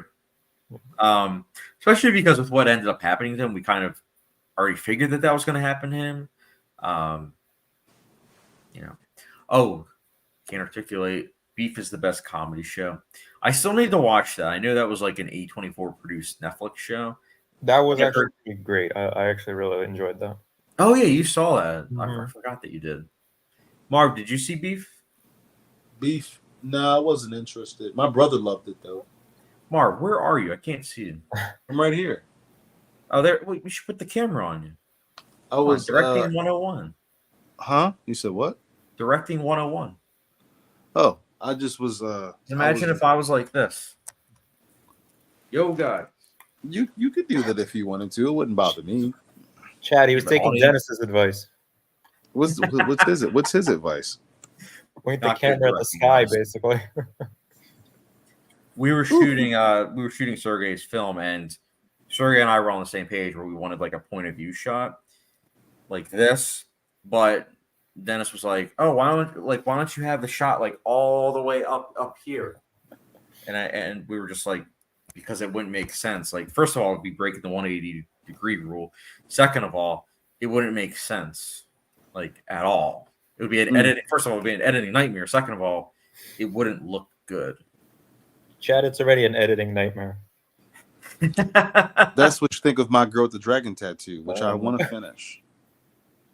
No, Sergey has an editing nightmare because of other reasons. He's gonna have to use CGI to either blow someone up or pin someone out. All I'm gonna say, frame by frame. Ace Bloods Alchemina feels like even more filler than The Fly. Facts. Angela, I haven't seen Beef, but I still like Brooklyn Nine-Nine as a comedy show the most. I've only seen 1 or 2 episodes of Brooklyn Nine-Nine and years ago. I remember enjoying it. Ace Bloods, I couldn't imagine if Marv directed a movie with the shots. Marv actually has directed 2 movies on my channel. If you go to the films and TV trailers like that playlist, 2 movies, Eye for an Eye, and then Philly's Finest. Both are very enjoyable. I would highly recommend it. You don't mean that. No, I do mean it. Marv, I just rewatched Philly's Finest the other day. It is very enjoyable. I almost got shot making it, but it was very enjoyable. Philly's Finest, it was you unhinged, and I dug it. Where's the sequel? I've been waiting for it. There will never be a sequel to that movie. Never. Come on, Chad in a do-rag? Come on. It was. I wanted it to be special. I did, but I don't really ever even watch it because it's very traumatic for me. I'm really big on it might not seem like it, but I have like a lot of trauma responses, and like that movie just is. It cuts very deep, so I don't even really look at it. Every once in a while, I'll see it on the YouTube feed, and like I'll click it and like look at, but I'll be like, what could have been. Well, Eye for an Eye is cool. We had a lot of fun making that one, and it was fun to try to get my Eye for an 6-1 order. Eye was me, like, I feel like guiding you, and then Philly's Finest was Marv, do whatever you want. I'm just there to film and act in a do-rag. You and the Do-Rag was excellent. Because like my whole thing with filming, like my films, is that I'm always thinking about like in budget, where it's like, okay, can I do this with like the money or lack thereof that I have? No, okay, I'm not doing that, or I'll try to work like around that. You're very ambitious though with your ideas. You think more so about the ideas than the money first. I put the money first, then I put the ideas. Where I'm like, okay, this, I mean, I still maintain I could do a lot of that stuff. I think that. But having someone that has fake blood on them running into a crowd, that's something that you need a lot. But think of the production value. Think of the value. It you could literally put all that on camera. We would have gotten shot, especially because we're filming on location. You almost definitely did get shot. Yes, I did almost get shot. You definitely did almost get shot. That was, I actually like that idea. Actually, I like the idea that that's like we were in the thick of things, and I never forget. I had you put the gun on Ryan, and the crowd was coming towards us, and they saw that, and they turned around. Like, oh my god! when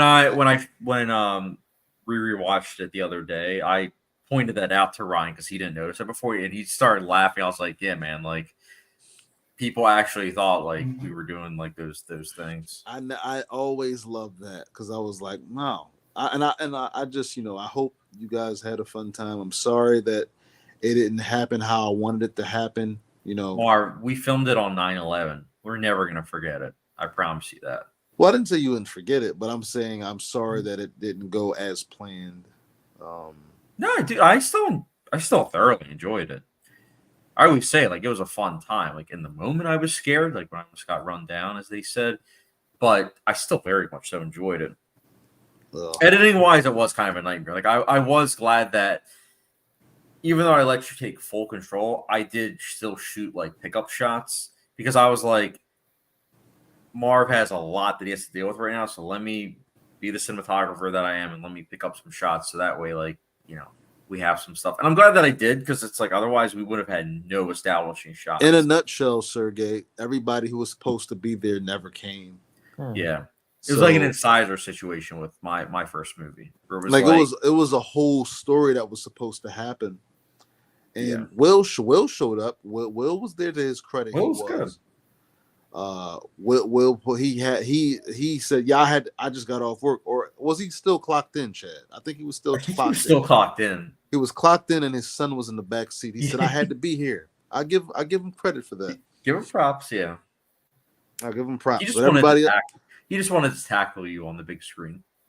But here's the weird part though, Sergey. Everybody who was supposed to be there, they were at my cousin's house smoking hookah.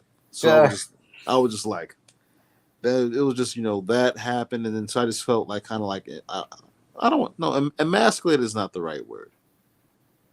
Let down. I don't think that's the right. I think that I know why you said that, but that's not the right word either. It would be more like disappointed, deflation.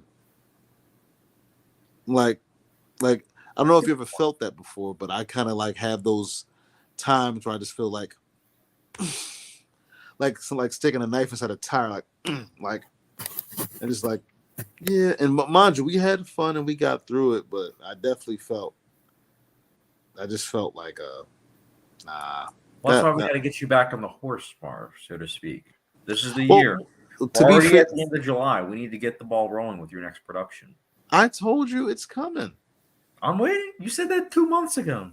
Are these all one-day shoots or the ones that we're talking about? Yeah.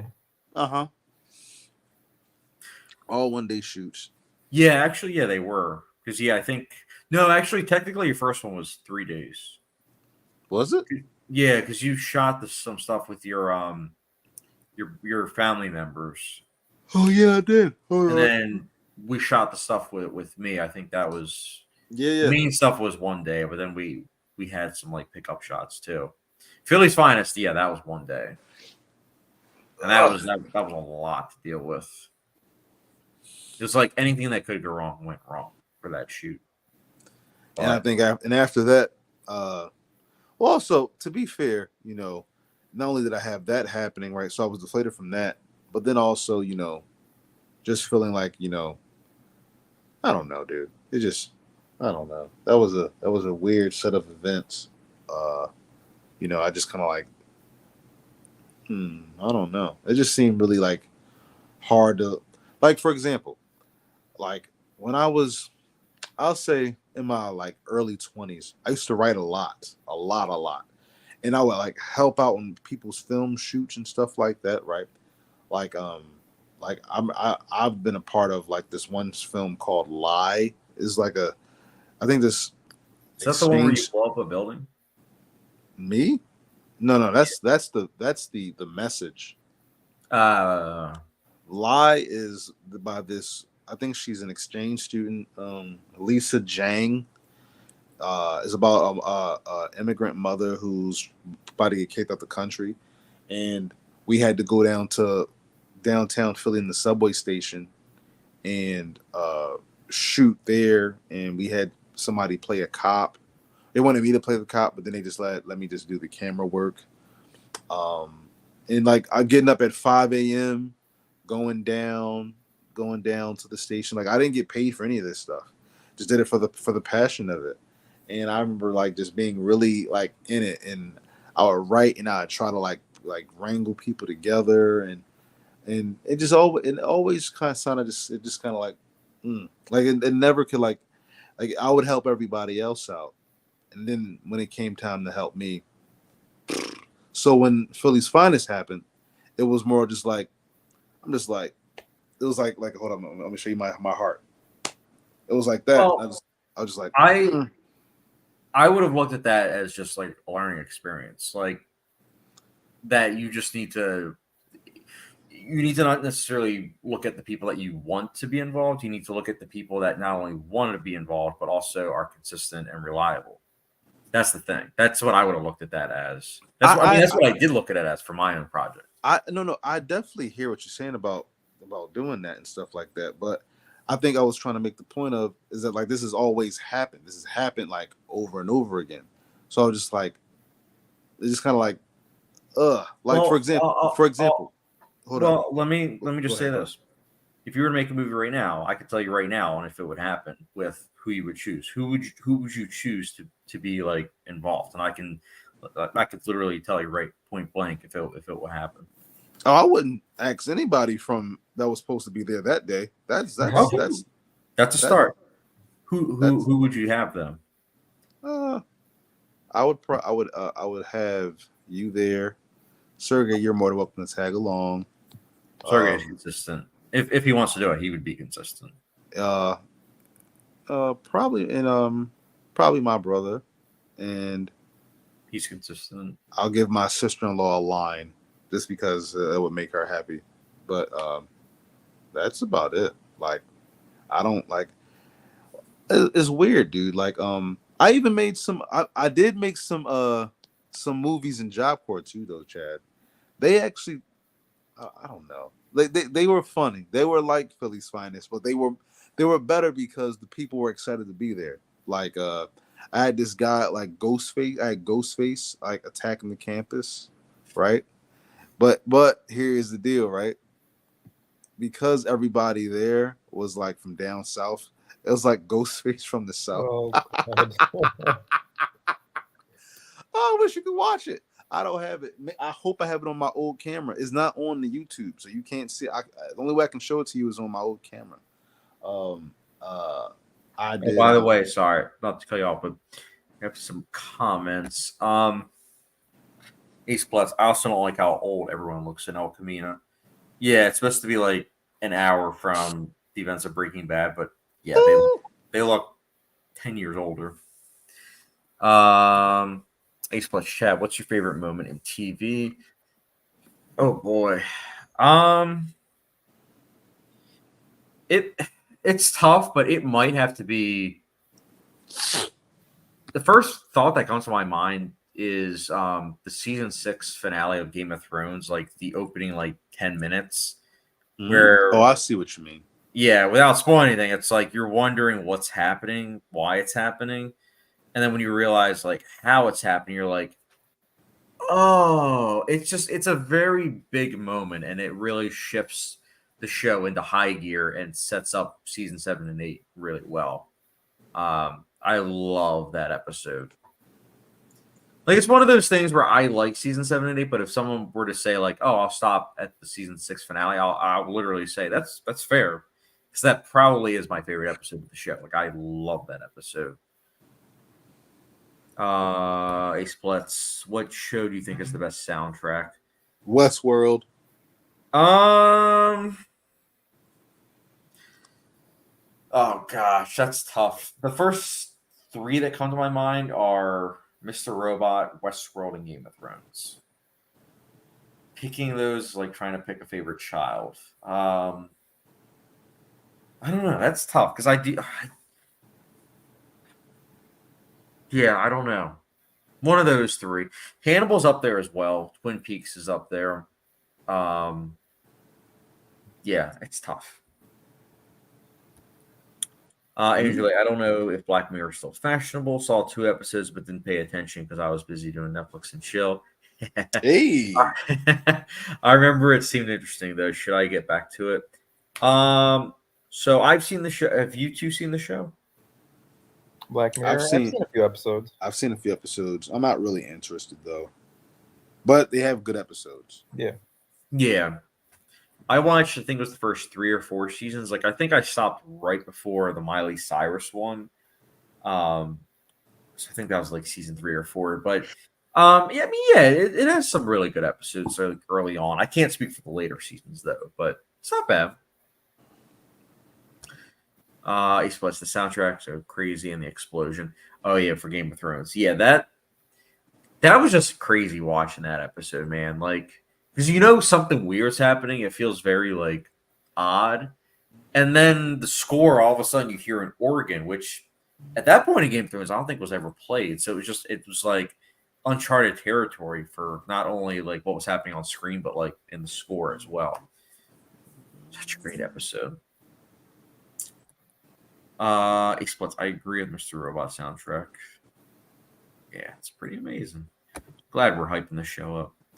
Ace Splits, and my favorite moment of TV is the final montage from 6 Feet Under. I feel like Mr. Robot could take that spot, though. I've heard there are some very good moments at the finale.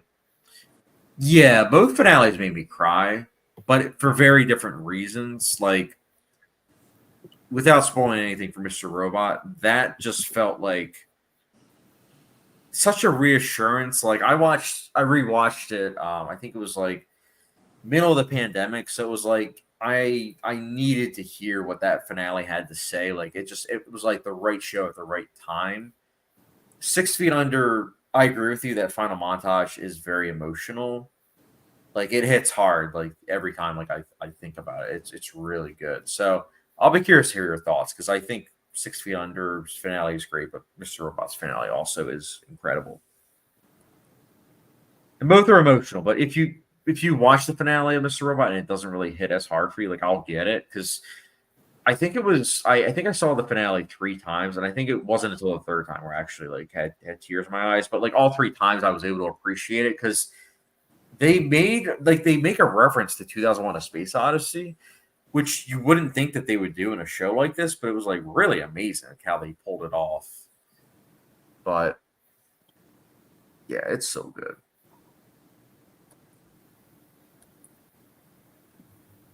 No more comments? No, I actually caught up, believe it or not, so far. Oh wait, there's one new one. Ace Plets, has Sergey seen 6 Feet Under? I have not, actually. How many seasons are there? 6 seasons?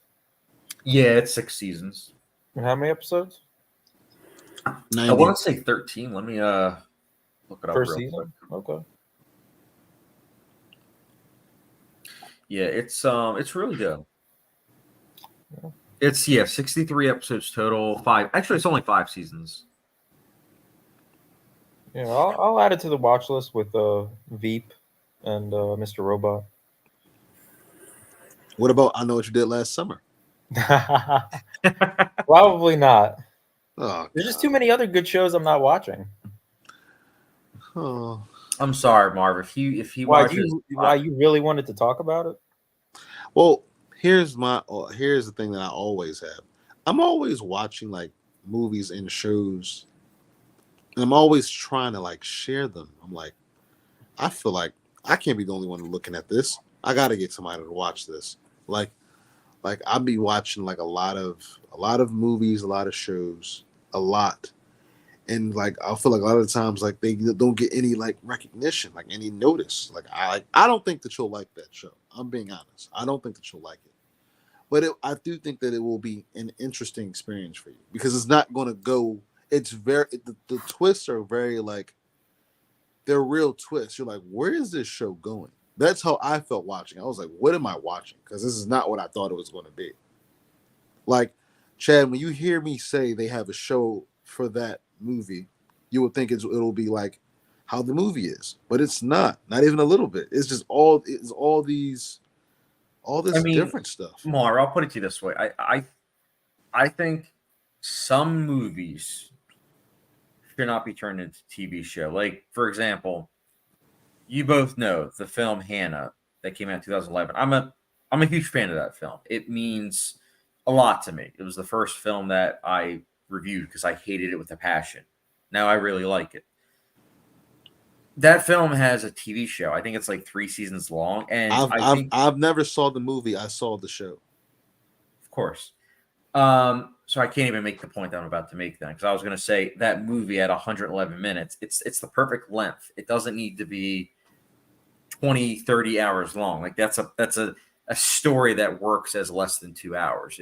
I don't think it would work as 20 plus hours. But now I need to think of another different example because you've seen the show, but not the movie. I like the show. The show's pretty good. Have you ever seen the show? No. Exactly. But that's my point. Like I'm not gonna as Sergey said, there are so many shows. So it's like if I'm in the mood for my fix of Hannah, I'll just pull out my Blu-ray of Hannah. Done. Or something like example, Halloween. I know Sergey doesn't like the original Halloween, but the original Halloween works as a 90-minute movie. It goes, it does what it accomplishes, boom. Doing a TV show that's like 10, 15 episodes, I don't really think that's necessary. Actually, it's funny that you should say that because my mom recently brought me my notebook back from my old house, and if I'm not mistaken, I think I have my old Halloween draft in here. I wrote a Halloween movie, and it's awesome. Let me see if it's in here. This will be your next movie.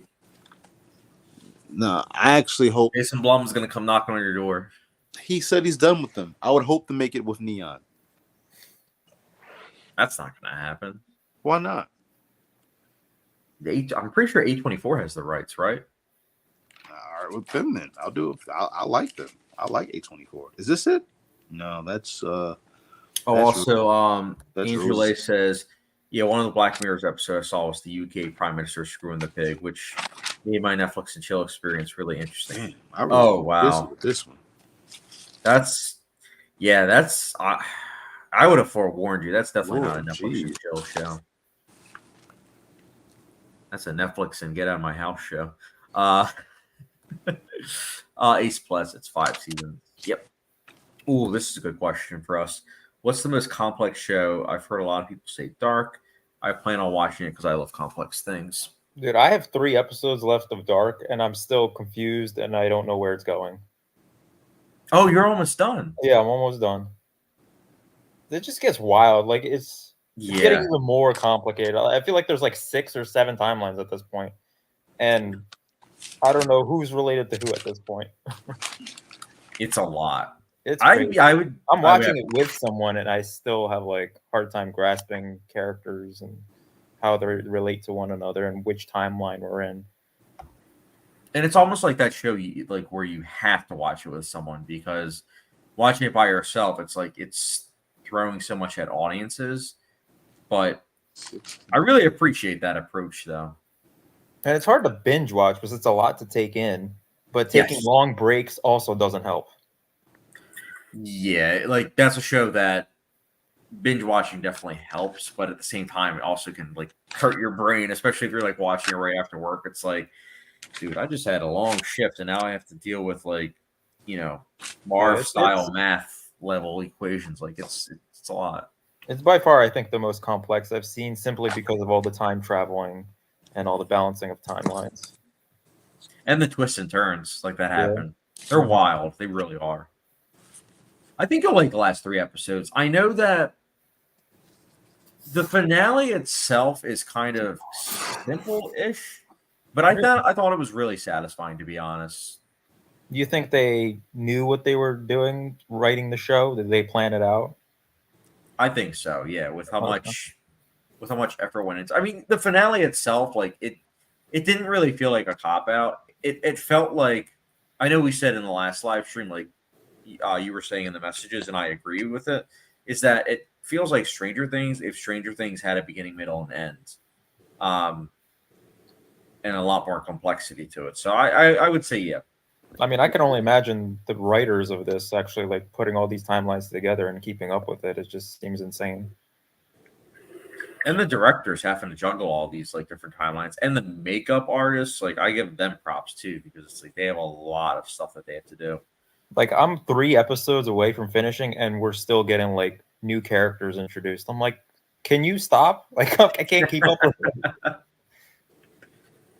If you do like Dark, it only lasted 1 season, but the creator of Dark also made a show called 1899. Yeah, that's on my watch list too. I liked it.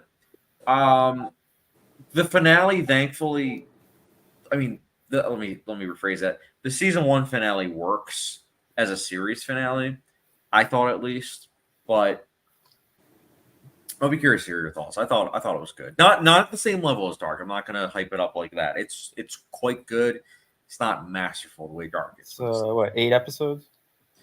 Yeah, I think it's like 8 to 10, but I liked it. Esports. I know some people had to look up explainers. I didn't have to, but that was again because I was watching it with someone else. I would have had to though if I was just watching it by myself, because it is a lot. Esports. Should I watch it with my girlfriend then? If it's better to watch it with someone, it really depends on your taste of your girlfriend. Because if she's someone that wants like complex entertainment, then yeah, go for it. But if she's someone that wants like just something that's entertaining per se, I wouldn't necessarily recommend it, because it's a task. Like watching it as a couple, it is a task, because you're both picking up on things and then putting it together to try to make sense of it all.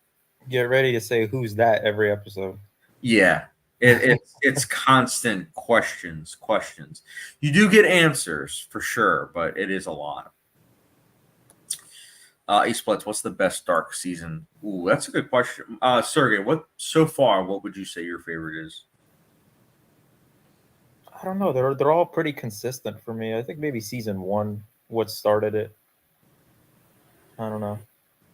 I always like the origin of everything, so I always say like the beginning. So yeah, because you're like getting introduced to everything, so it's like there's a sense that's where you have like the most questions, but though maybe not. I feel like there's been more questions now in the final season for me, but yeah, the origin. I think that's where the mystery is at play, and you're trying to figure everything out. And now everything, you kind of know that they're balancing multiple timelines. I think when I first was watching it, it wasn't as complicated, and it just really drew me in. And now it's like kind of becoming a headache to watch, but I'm still interested. I think I'm with you. Like I'm looking at my ratings for each season, and season 1 I have is a 9.8 out of 10. Season 2, 9.5 out of 10, and then season 3, 9.7 out of 10. So yeah, season 1. Chad, have you given a 9.9 out of 10 at any point? Me? Yeah. I think Fargo. I think with these ratings. Well, because what I do is, so on IMDb, when I do my ratings, what I'll do is I'll add it all up, and then I'll divide it by. So here's a good example. A show that is 10 episodes, if I do all the math and it turns out that all the ratings combined equal 90, then it's like, okay, 90 out of 100. So it's a 9 out of 10. Assuming you do the math right and there's no parentheses or anything. Marv math. That's going to be a thing. We're going to start that TikTok trend. Hashtag Marv math. No, it'll upset me. Don't do that. I actually I proved that I could do it in my head Without showing the work. without showing the work. Hold up. So Mr. Robot. So get this. I'm looking right now. Mr. Robot, season 1, 9.8 out of 10. Season 2 and 3, 10 out of 10. Season 4, 9.8 out of 10. Let me look at Fargo. I'm pretty sure Fargo is the one where it was like 9.9. Let me see. No. Game of Thrones. Game of Thrones season 5 and 6 I was 9.9 out of 10. Just give it a 10. No, it helps overall with aggregating. It helps with like when I do the math for all the seasons combined. Breaking Bad season 4, 9.9 out of 10. Where's Fargo? Because I'm pretty sure Fargo was like the same thing. Where did I put Fargo? Yeah. Oh, here it is. Yeah. So season 1 and 2 of Fargo, I gave a 9.9 out of 10. Which means that probably what happened was one of the episodes I gave a 9 out of 10. That's usually how it goes. Ace Palette's, yeah, she doesn't mind complex stuff. Then yeah, watch Dark with her.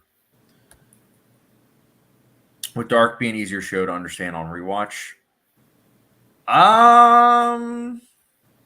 I mean, I saw that at the beginning of the pandemic, so I remember some stuff, but I don't like remember everything. So like when I rewatch it, because my wife and I, we do want to rewatch it, it's gonna almost feel like a first time watch in some cases. There's some things I remember where it won't be, but it really depends on when you rewatch it, to be honest. Like if you binge watch it and then you watch it again like a month or two later, probably.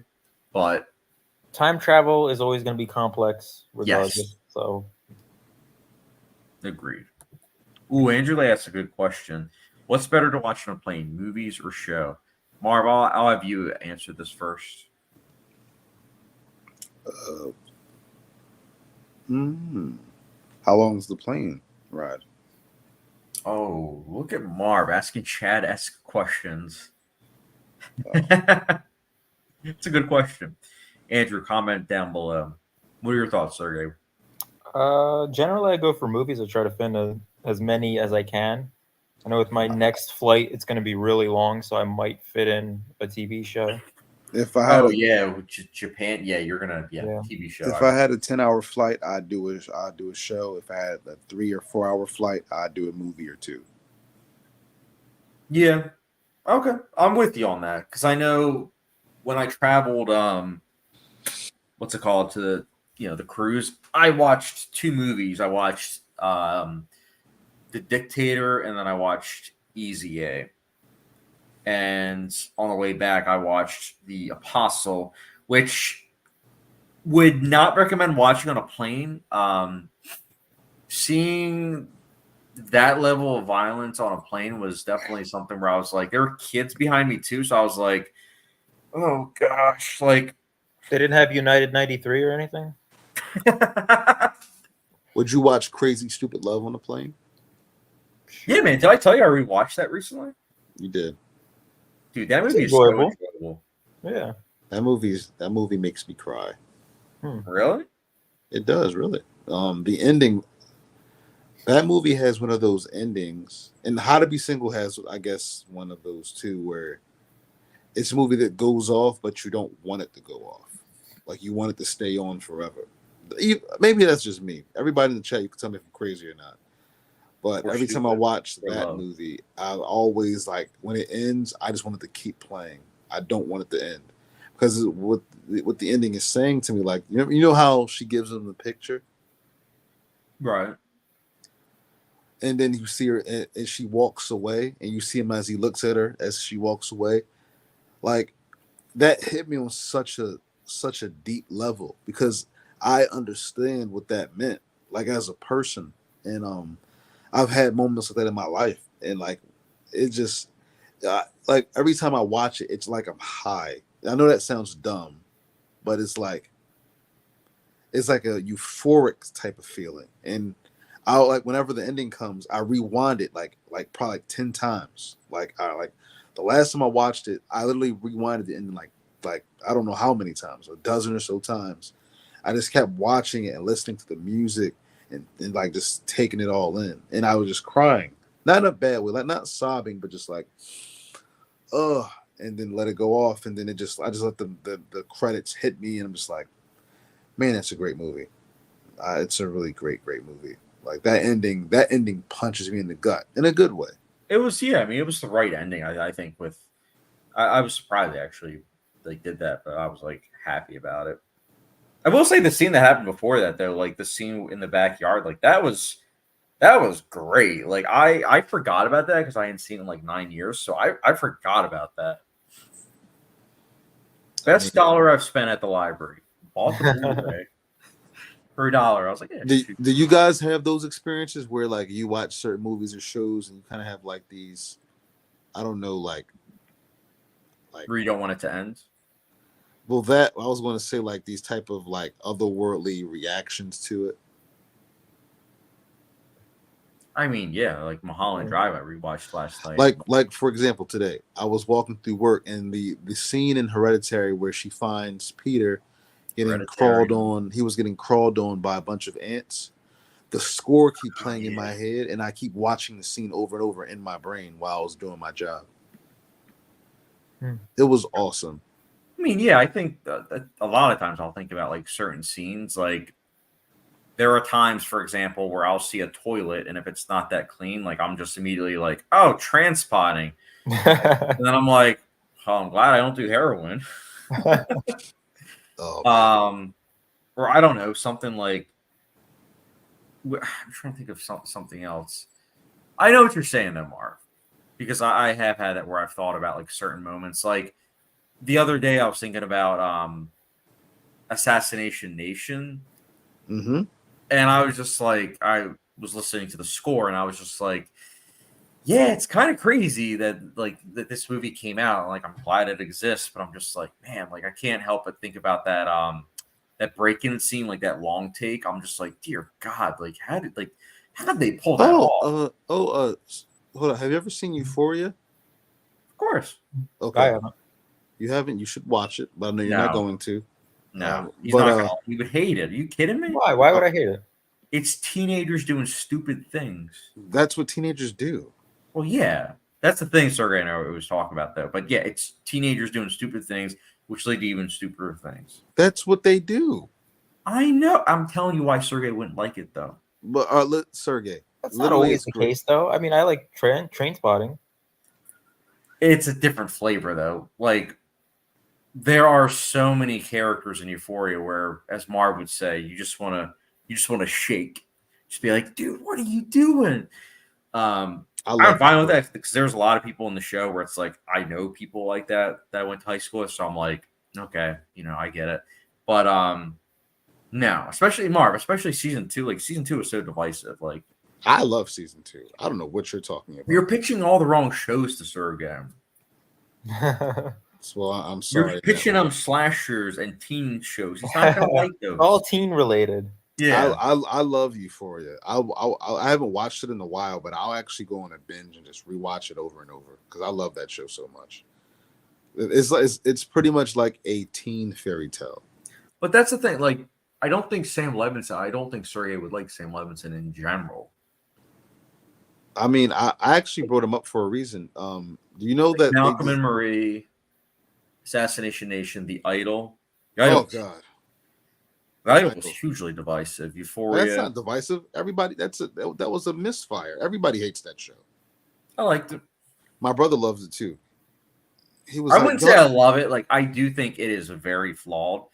But I admire the ambition. I really do. But the expose just came out about him. This is the second time in a row this happened. Second year in a row.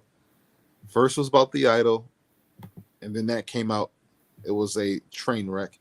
And then this is about Euphoria season 3. Apparently him and Zendaya are beefing because she's mad at him for making The Idol instead of Euphoria season 3, and apparently how he treated people on The Idol has Zendaya very upset with him. Like his reputation is that he's like an artsy douchebag. So you know, which also is why I'm like, Sergey would not like it. and then also I'm not disagreeing with that. Like he was actually definitely is. He was told not to come to the producer's funeral. The producer of the show died, and the wife said, "Please don't show up." So he had to have like his private ceremony at his house where he lit candles.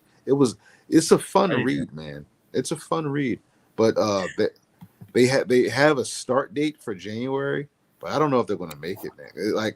He's burned a lot of bridges because they said that he's like a filmmaker who, like, I guess drinks his own Kool-Aid, so he kind of like the show.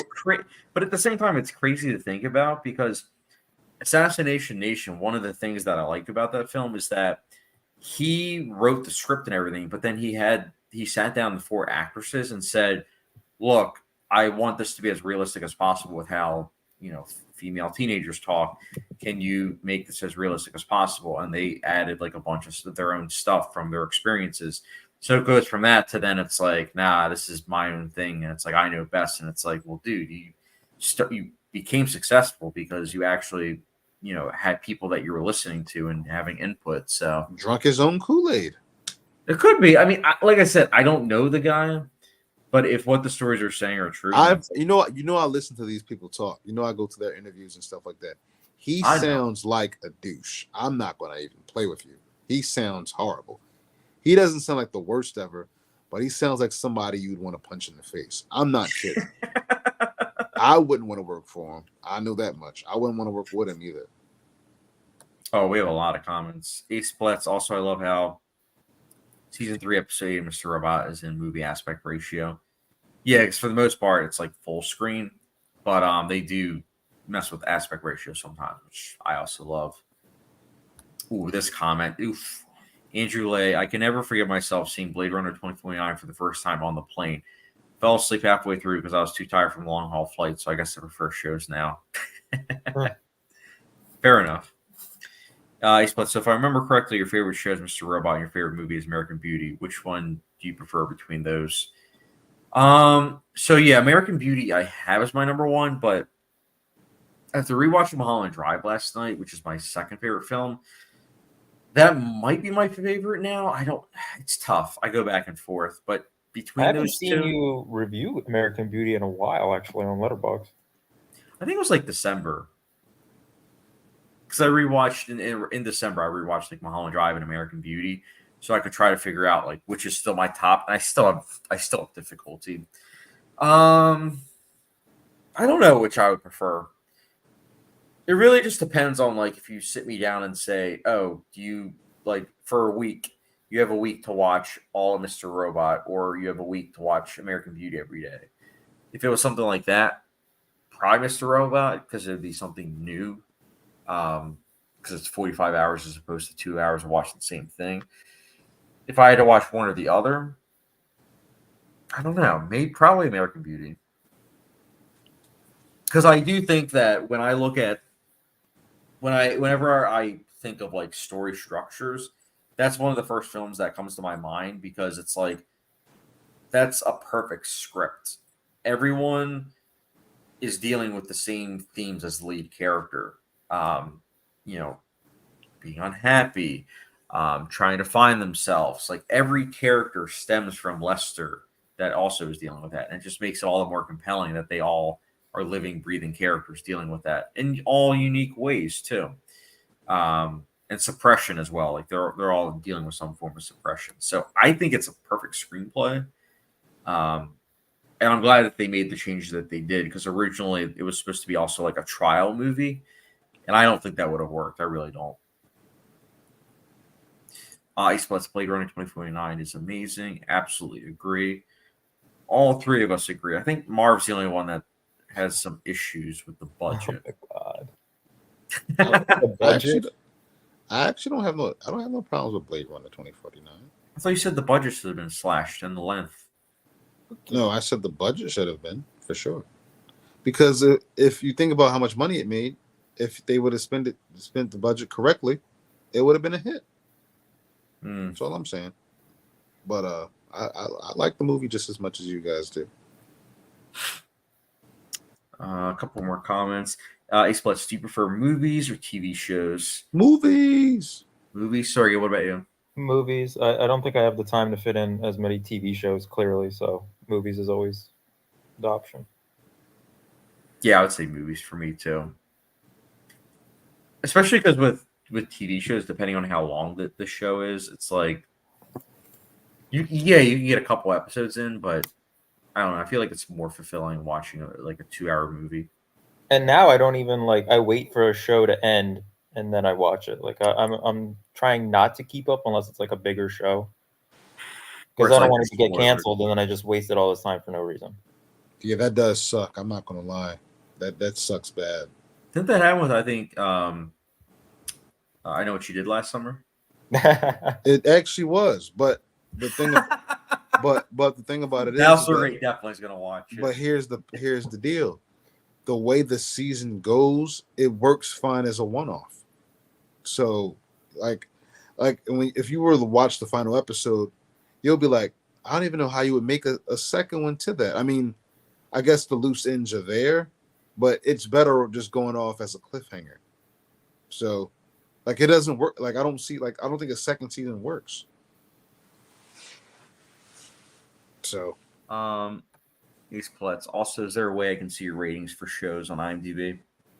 I mean, I can send you screenshots over, but I don't know if on IMDb if you can see other people's ratings. That's a good question, actually. One that I should know because I've been using it for over a decade, but I honestly don't know. Angela, yes, Blade Runner 2049 is a masterpiece, so I'm intrigued about a Blade Runner 2099 show being made. Yeah, I'm curious about that too. Keeping an open mind because it is Michelle Yeoh starring in it, so could be good. We'll see. Angela, I haven't seen American Beauty, but I heard Carson Runquist saying everyone has a phase where they put it on their Letterboxd top 4. I don't know. I really don't see that many people putting it in our top 4, to be honest. I mean, that's been in my top 4. I'm trying to think. For a while now. But, I mean, one of the things about films, though, that's great is that over time, your opinions can change on things or your ranking can change on things. Which is always, it's always interesting to see. Can articulate TV shows at Ace Pletz. Ace Pletz is Mindhunter worth watching. I heard it got canceled. I'll let you two first take this. Have either of you seen Mindhunter? Actually, Marv, I know you haven't. I saw the first 2 episodes, but I wasn't interested. Because you saw David Fincher directed it. Next, Sergey. I haven't seen it. I liked it. I would say it's worth a watch. I think Dahmer was better.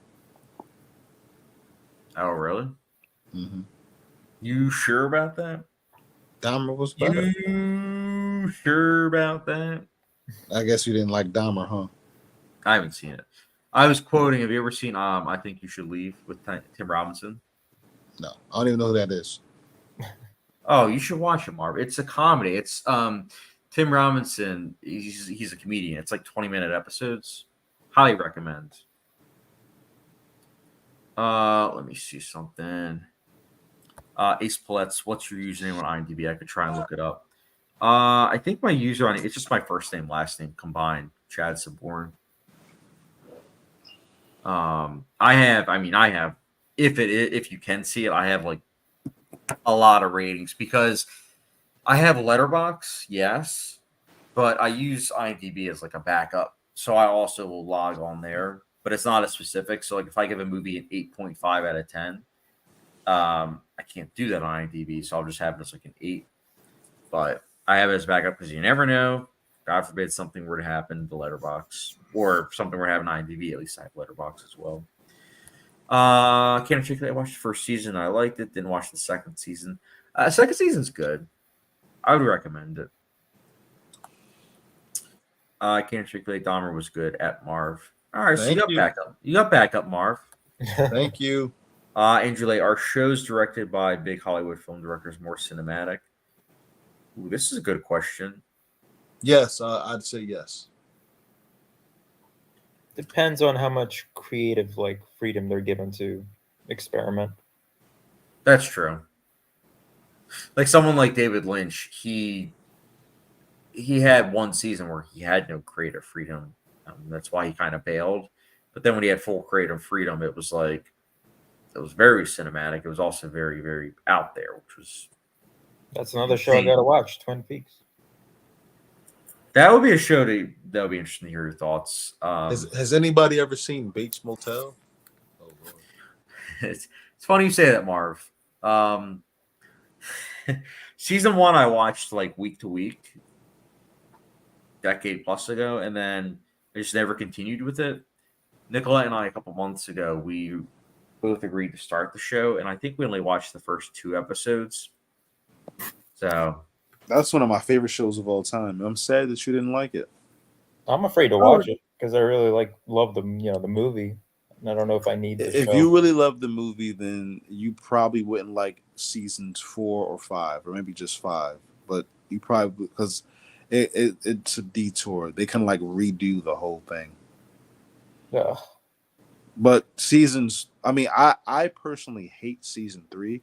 I don't even acknowledge its existence. But season 1 I love. Season 2 I even love more. Season 4 is okay. Season 5 is just sad. I'll just put it that way. That was my thing about the show when I first started, is that I loved it.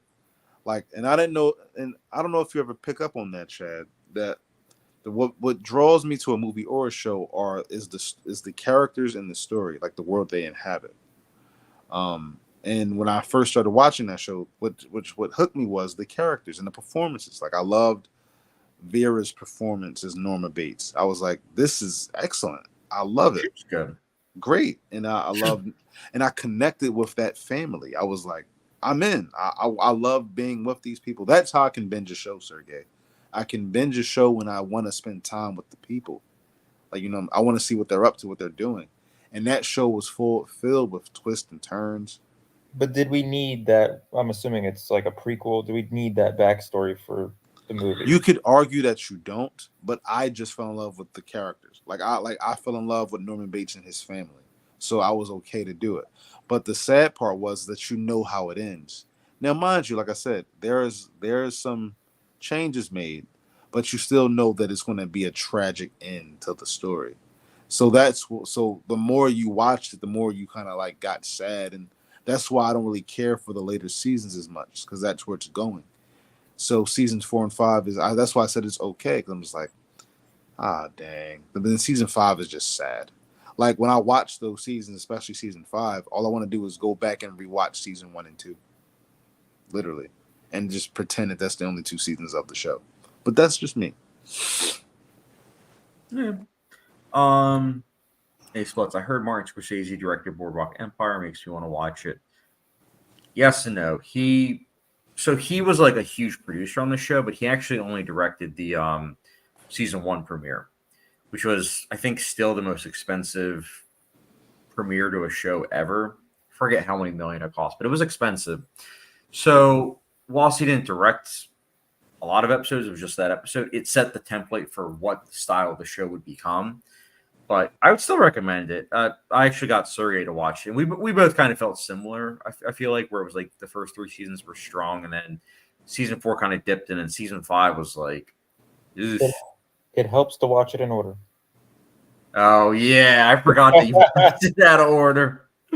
Oh gosh, yeah, you watched. I think it was like what, season 1, then season 4. No, I watched season 3, then season 1, and then season 2, and then season 4. What a mess. So you didn't. Yeah, so you didn't have. I grabbed the wrong disc package, right? And I didn't acknowledge it was season 3, and I was so confused for like half the season.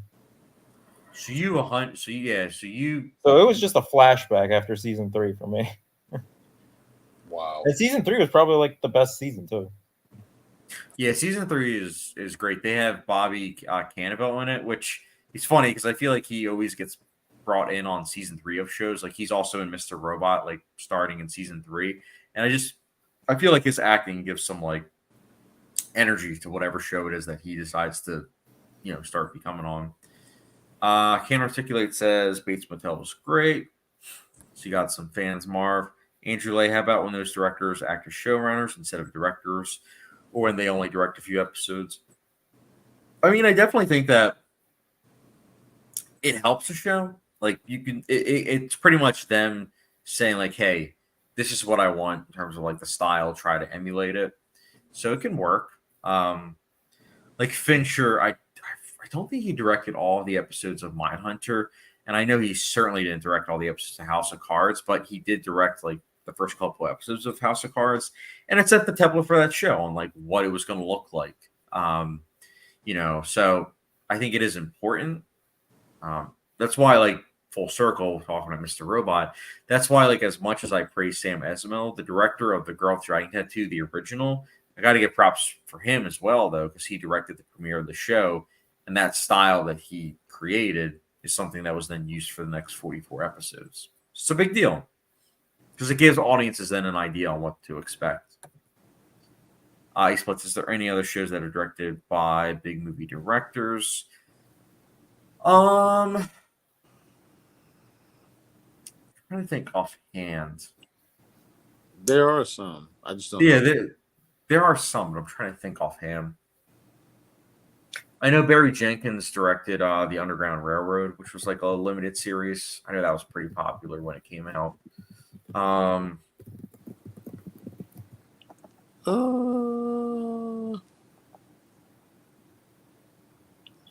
Judd Apatow made Freaks and Geeks. Great show. Oh yeah. Oh, Seth Rogen, The Boys. He directed The Boys? I think he might have directed a couple episodes. Oh. He's the producer of it. You know that, right? Yeah. I'm trying to think. Can't check, but I think David Fincher did love Dead Robots at Ace Bullets. Yeah, I think he did a couple episodes from what I understand. Oh yeah, I finished Boardwalk Empire. I agree with Chad on his favorite seasons. Yeah, I like that show. Love Bobby Canville as Irving and Mr. Robot. Yeah, I like what he does. I also love the restaurant that they go to. I think it's so cool. They actually have on TeePublic, they have a shirt where it's like you can get that restaurant like on the shirt, and I was like, should I get this? But I'm like, I feel like only 1 out of a million people that I meet would get the reference. Maybe though, maybe. I already have one Mr. Robot shirt though. Can't check that Ridley Scott directed some Reese by episodes, but I think it got canceled. It did. Yeah. He splits lynched it all. Twin Peaks, right? No. So he directed, I'm pretty sure, all of season 1, and then season 2, he had a huge beef with the studio. They wanted, this isn't spoiling anything, but the studio wanted the death of Laura Palmer to be explained. So that was something that was never supposed to be explained. But I think it was like episode 5 or 6 of season 2. They explained it, and then David Lynch stopped directing the episodes. And this is a 22 episode season. Yes, I know, my favorite. So there's a lot of filler. And then the last episode or 2 of season 2 is actually great, and that's because Lynch then came back. And then season 3, he directed all of it. So season 2, I'm not going to lie, it is kind of a lot to get through, but I would argue that it's kind of worth it. But if you were to ask me, like, oh, in terms of rewatching Twin Peaks, how would I do it? It would be like this. I would watch all of season 1. I'd watch the first couple of episodes of season 2, and then I would just skip to the last 2 episodes of season 2, and then just all of season 3. And then the movies? The movie I'm actually not the biggest fan of, but I do want to give it a third chance. Is it like continuity wise? Is it part of the timeline, or is it something completely different? So that movie, it's a prequel, interestingly enough. So you would actually, it's okay. So this is the weird thing about it. You would technically watch it before Twin Peaks the show, but it kind of spoils like who killed Laura Palmer.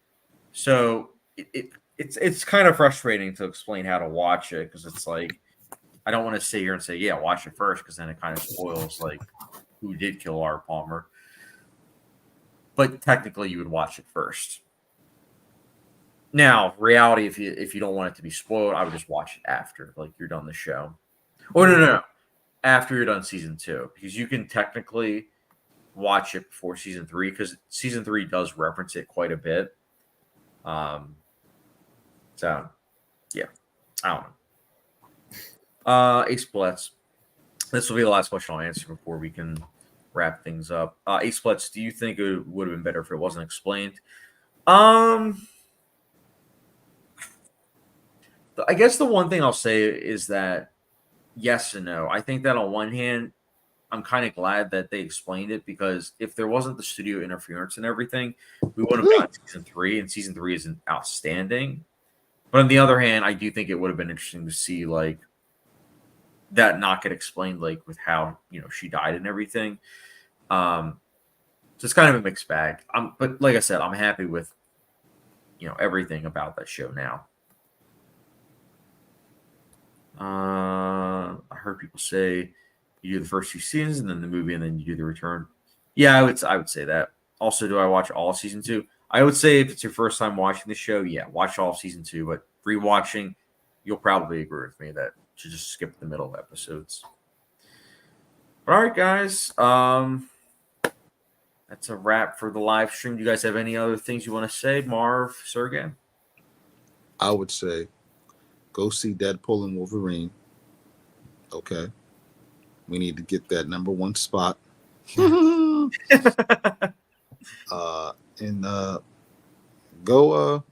Avengers. Let's go. Avengers Doomsday 2026. Avengers Secret Wars 2027. Robert Downey Jr., Dr. Doom. Let's go. I'm excited. 2 of the biggest movies to come out. It's going to be great. But you're also sad. I am sad because I really do wish we could have had Kang. That really could have been great. I was looking forward to that. But, this is pretty great. This is the biggest bad in the Marvel universe. That's great, man. That's it couldn't get any better than that. I will tell you this though. I'm not even going to lie to you. I don't know where you go after Doom, because you can't do Kang. So where do you go? I mean, maybe they can go to Noel for the next Avengers film, but I don't know. As far as like big bad to get the Avengers together, this might be it. So Also, Ace Blood says the Doctor Doom thing sounds so stupid. And also, this will, I promise, be the last thing because we just wrapped up. Ace Bloods, oh yeah, chat. What's your thoughts on Deadpool? Wolverine, haven't seen it. I said it earlier, but I know it was before that you came in the chat. I thought it was kind of a mixed bag. It's fun. It has some nice humor. Like there were some humorous moments that actually got me to laugh, which was nice. Love the chemistry between the 2 leads. But if you're looking at it from a filmmaking perspective, it's a mess. Story, characters, themes, they all kind of take a back seat. If you just want to see 2 people that have really good chemistry, working off each other with some humor that works and some meta humor, you'll enjoy yourself. If that's all you want, you will enjoy yourself. Am I happy it's doing well at the box office? Yeah, because I want theaters to survive. So, yeah, go see it. See it 2-3 times. See it 4 times. That was one and done for me, though. Yeah, I'm not I think I actually have to take my brother and sister-in-law to see it on Tuesday. So, see what movie I would actually kind of regret not seeing? Twisters in 4DX, and it's not playing anymore. I've heard that. I've heard about that. That would be a great experience. And I don't mind rewatching. I had a lot of fun with that. Oh, me too. And shout out to Twisters. Twisters is much still in theaters. Twisters is holding its own at the box office, Chad. Only a 50% drop. Oh, I'm happy about it. I mean, it's a very fun film. It's crazy. That's a higher grade than Deadpool for me. Yep. I gave Twisters a 4-star. I'm giving Deadpool a 3-star. That sounds about right. Because what did I just say, Chad? Twister is the story and the characters. I like being with what's his name, Tyler Owens and Kate, whatever. You I like like- watching other YouTube stars, fake, I guess, YouTube stars. Well, not that. I really was taken by her story of the tornado killing her friends, Yeah. and I really thought, Yeah, I did like that. and I thought Glenn Powell, he's a movie star, and I saw it in that movie. Like that was I the told first you. time. That was I the told first Chad he time should have been in Roadhouse. Yes, and I agree. over Jake Gyllenhaal. As much as I love Jake Gyllenhaal, yes, 100%. Really? Yes. Wow, that's pretty big shoes to fill, boys. I mean, like I said, Jake Gyllenhaal is one of my favorite actors, but Glenn Powell would have been a much better choice. Really? Yes. Okay, I'll take your word for it. But I thought he was a movie star. He like I saw Anyone But You. I was pretty underwhelmed by that. Unfortunately, I really wanted to love that movie. I didn't like him in Top Gun, but in this, I was like, oh yeah, he's the real deal. Like every time he was on screen, you're like you just like the presence, you felt it. I was like, oh yeah, that's a movie star right there. And then just to have the movie be such a big hit, $80 million because of him. Okay, yeah, we have our next one, folks. So I'm happy for him. We have our next Tom Cruise. I doubt that. There will never be another one for sure. All right, guys, that's a wrap. We'll try to do this again next week. Sergey, if you're available, Marv, if you're available as well, we'll try this again next week. We'll try again like 9:15, 9:30ish Eastern time. But yeah, guys, to all my subscribers, thank you again for joining on the live stream. And if you haven't done so already, don't forget the subscription notification bell on Sergey's channel as well as Marv's channel. And also, they do both have Letterboxd reviews. If you want some hot takes from both, they will both garner that. Marv with his 5-star reviews, and Sergey with his. I don't have that many hot takes at 3 a.m. Yes. Marv with his 5-star, 5-star. I love it. All right, guys. We will catch you later. See you guys. Avengers, assemble. No.